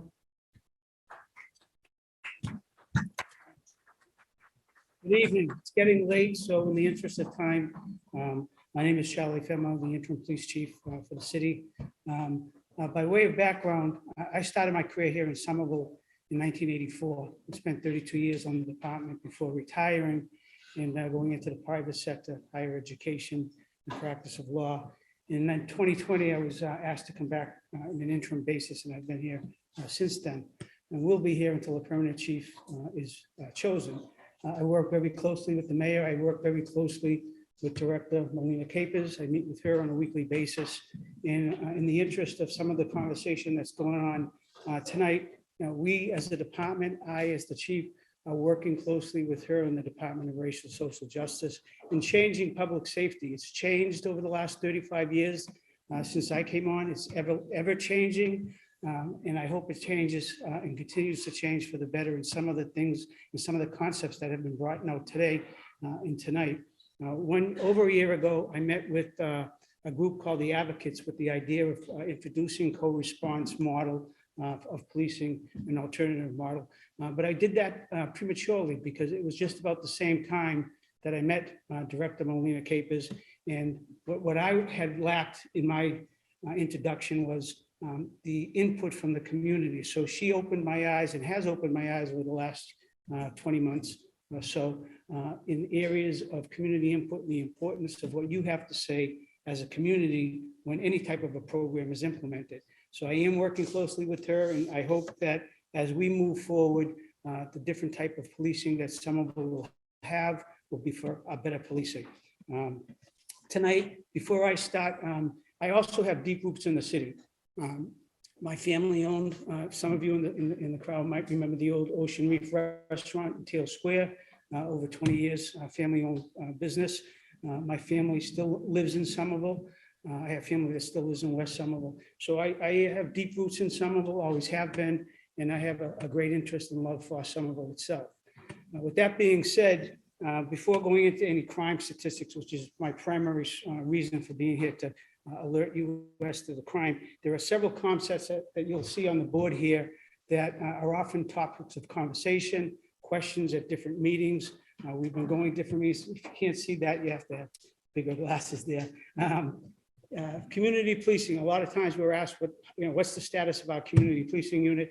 As a lot of you may know, at one point, we had up to 14 officers in community policing, one officer per ward, and they knew the residents, the business owners.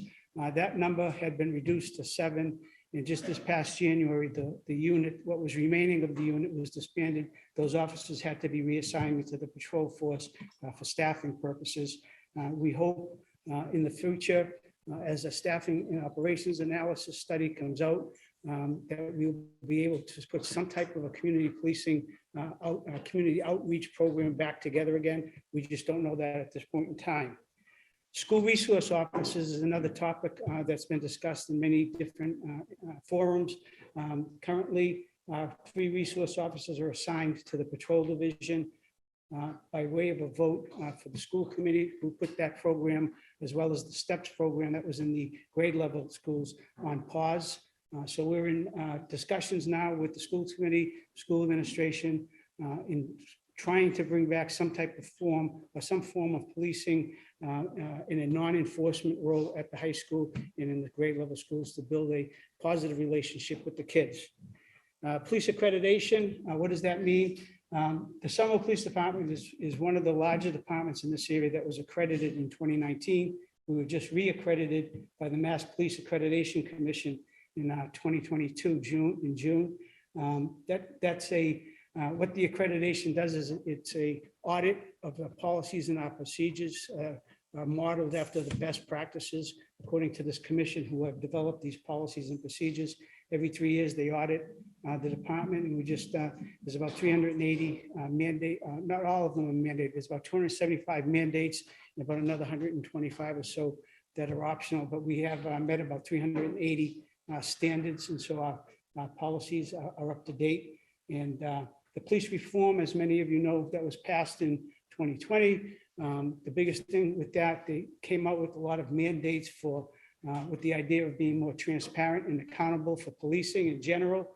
The Post Commission, that Massachusetts Peace Officer Standards and Training, it's an independent entity. And the biggest takeaway that I'd like you to know is that they themselves, the disciplinary files, the records of every police officer, not just in Somerville, but in Massachusetts, had to be conveyed over to that Post Commission, who is responsible for reviewing them and certifying every single police officer in Massachusetts. But more importantly, they have a review process for decertification. So they have decertified a number of police officers in the state.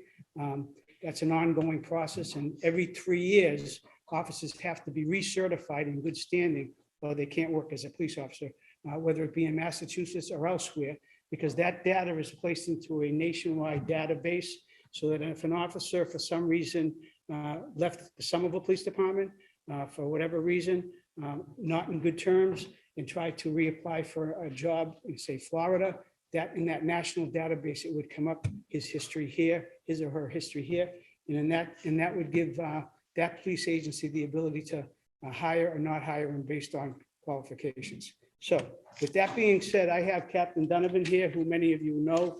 He's our patrol captain. I'm going to have him go over the stats, the crime stats for the ward-specific crime stats and CUI crime stats, and we'll both be here after the meeting to answer any questions.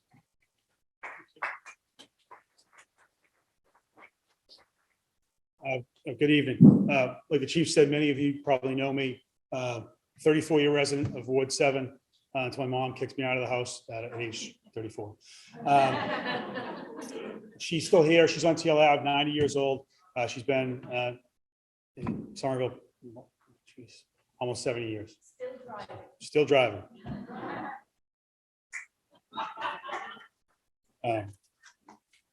You probably know me at my office in Teal Square. I'm there all the time.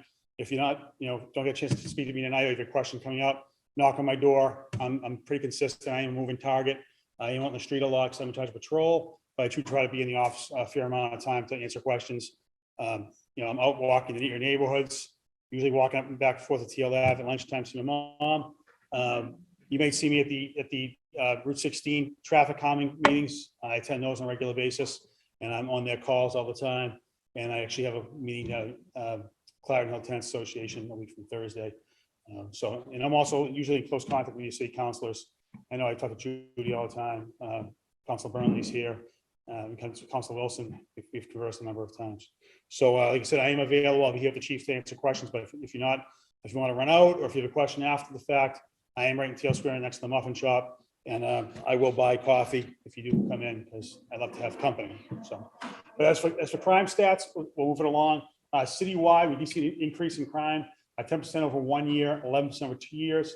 A lot of that is due to property crimes have increased. Our violent crimes have gone down, but our property crimes have increased. Thankfully, in Ward 7, you will see that the decrease of 1% over 1 year and 2% over 2 years. I attribute that to my office being located in Teal Square. But that's, again, that's property crime. So what we've seen is our property violent crimes have gone down. Our property crimes, have increased a little bit. We are a little concerned with the upcoming season, with the packages being delivered by Amazon and stuff like that. And that's where we do see our crime rates spike a little bit with regards to property crimes. I think last year it was flat because people were home. I think more people are leaving the house now, going off to work again. So, we just want people to be cognizant of that. Just the next slide. As far as crime prevention, we do kind of reach out to people. We can't do this alone. It's a collaborative effort. We can't be everywhere. Simple stuff, locking your vehicle. I can't tell you how many times people come to us and my car was broken into, but it was locked. I saw on TV there's a universal door opener. It doesn't exist. So, just lock your doors. It really makes it really simple. What we see is people go up and down the side streets and they're checking the doorknobs. If there's one open, they'll go in, change, whatnot. People leave their wallets in there, their personal identification, mail, bank statements, stuff like that. Motor vehicle parts, we are seeing a really huge increase in theft of catalytic converters. It's on your exhaust system in your vehicle. It's happening across New England. And we do have an officer assigned to that regional task force, but right now there's no pattern as to location. They may be in Somerville for a week or two and not come back for a month or two. Our crime analysis unit does try to track it. We do try to direct our resources. So if we saw a trend, we would direct our resources to that trend, be it time of day, day of the week, or part of the city. As far as bike thefts, Somerville is a cycling community. Just be wary of how you secure your bike. A good secure cable to a secure post, not a wooden fence. And also keep your serial numbers on file. They're always helpful. When we do come across bikes, it's always helpful to have those serial numbers. We put them in our system. And if you have your serial number, your bike's stolen, contact us. We'll run your serial number through our system. And who knows, maybe we have your bike. Package thefts, like I said, we see an increase this time of year. There are ways, to alternative methods to receiving your packages. Amazon's great now. You can have it delivered to Whole Foods in Medford. I do that a lot of times. Sometimes my wife works from home now, so it's a little bit better, but we have had packages stolen with her in the house. A lot of times I'll have them delivered to my mom's house if it's really something valuable and I don't want my kids to see it. And I'll deliver to her house in Teal Ave, and she'll call me immediately upon the person arriving because she's staring out her window at everyone. No crime on Teal Ave, you have her. As far as area cars, we do deploy our cars on temporal patterns. We work very closely with our crime analysis unit. We're looking at time of day, area of the city, and days of the week, and even seasonal stuff. So right now, I sat down crime analysis this morning at the direction of the chief, and I think right now we're probably going to move your car 7 car, not out of the 7, but have them focus a little more on Davis Square, because we are seeing an increase in bike thefts around the T. So we'll try to have 2 cars there a little bit more. And as far as something like the Ward 2 area, the Beacon Street corridor, we also an increase in bike thefts and package thefts. So we're going to move cars 3 and 5, Ward 3 and 5 down to that area. So although our cars are based on the Ward system, we don't just stick a car in Ward 7. If the crime's not happening in Ward 7, then we do try to use that car in other areas based on crime analysis. But like the chief said, I will be here answering questions. The chief will be here. If you have any questions at the end of the night and you think of something, like I said, stop by. I'm there Monday through Friday, 7 to 3. Thank you.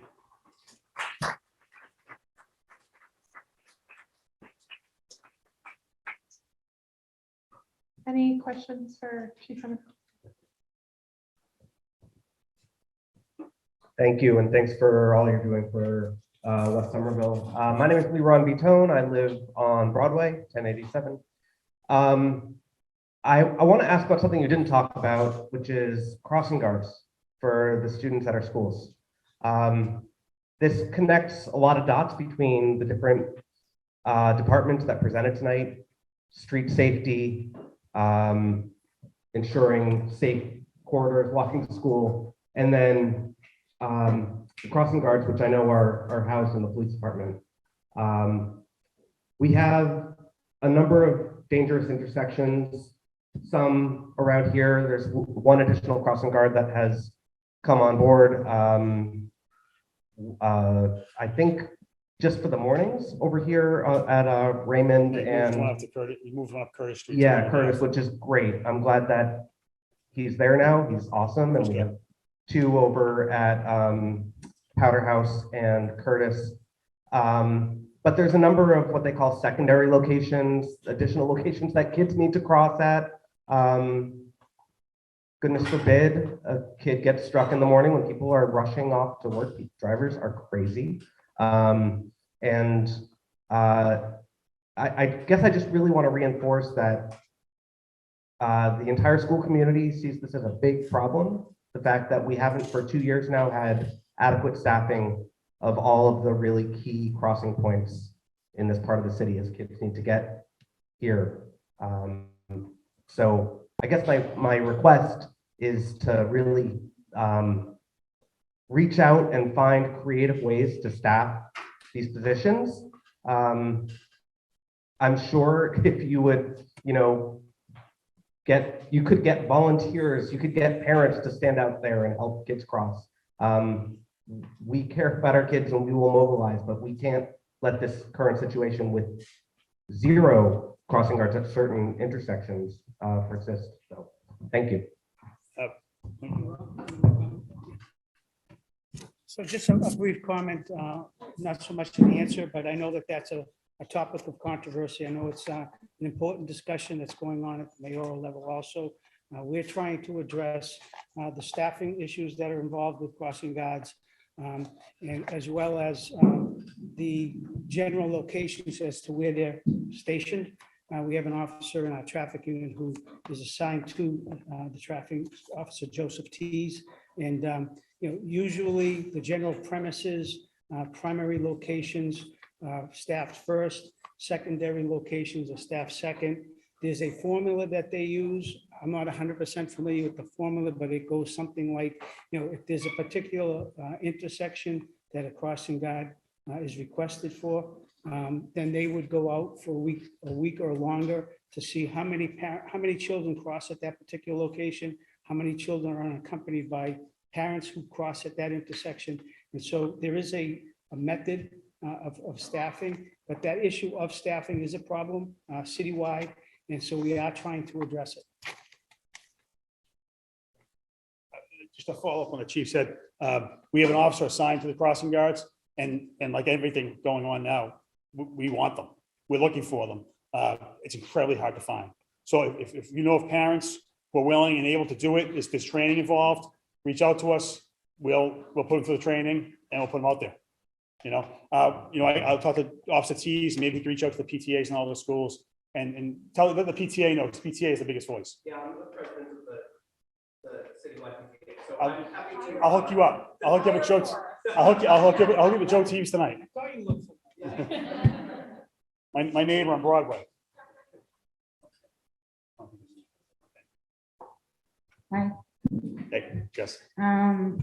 So just to add to what he's saying, I have actually been a crossing guard. I was a crossing guard at the Healy School last year. I absolutely loved being a crossing guard. But there are so many issues with the hours, the huge gap that's in between, and the fact that I'd be only working 2 hours a day. My paycheck, dollar for dollar, would be taken from my Social Security disability. So everything that I'm working to make, I don't get, there's no profit in it for me. Ultimately, that was my decision to leave, but I definitely would become a crossing guard again if the pay was profitable to me in some way, if I wasn't penalized by other things. But I believe there's other crossing guards in this room too, but yeah, I think that it definitely needs to be worked on. I did listen to the city council meeting that was held, and hopefully quickly they come up with, new innovative ways to give like a full-time job opportunity to people, because this whole 2 hours a day stuff is really what I think is holding people back. But yeah, I would be all in for the pay bed. I mean, it is out of our control as to that. But I will, hook you up with Joe Teves, Officer Teves and Traffic Bureau. I'll get your number before you leave tonight. And we'll definitely work something out. Like I said, we can be creative with the PTA where I live, PTA. And, it'd be great if they covered some. I know our crossing guard from Curtis and Palos was here earlier. He had to leave, but he's great. Oh, well.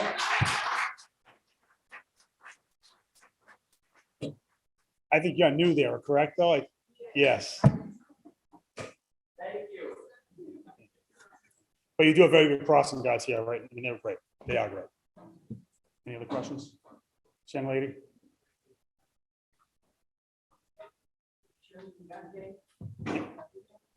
And is it worth doing? Because I figure the younger ones probably have illegal guns. But I just wondered, there might be families who have it and want to give them out. Maybe had it in generations in their household. Protection. So we do that every year. We do that in conjunction with the Sheriff's Department, PA Contusion's office. We did it this year at the DPW. Is it lucrative? Unfortunately, what we found, we will continue to do it, but what we found is it's usually someone who has a 100-year-old rifle in their basement, which is great to get out of a home. I'm not saying, but one of the purposes is to get guns off the street. And what we found over doing over the last, I've been involved somewhat 5 years off and on, is that almost never do we actually get an operating gun that we think is necessarily on the street in quotation marks. 9.9% of the time, it's someone whose parent died, left a firearm. A lot of times they're inoperable. Great to get them out of a home, but doesn't really solve the purpose we're looking for. We continue to do it, and we do it every year, and we post it on the city's website. So probably we get in the spring, probably around springtime, you'll see it on the city's website. I'll be here if there's any more questions. Thank you.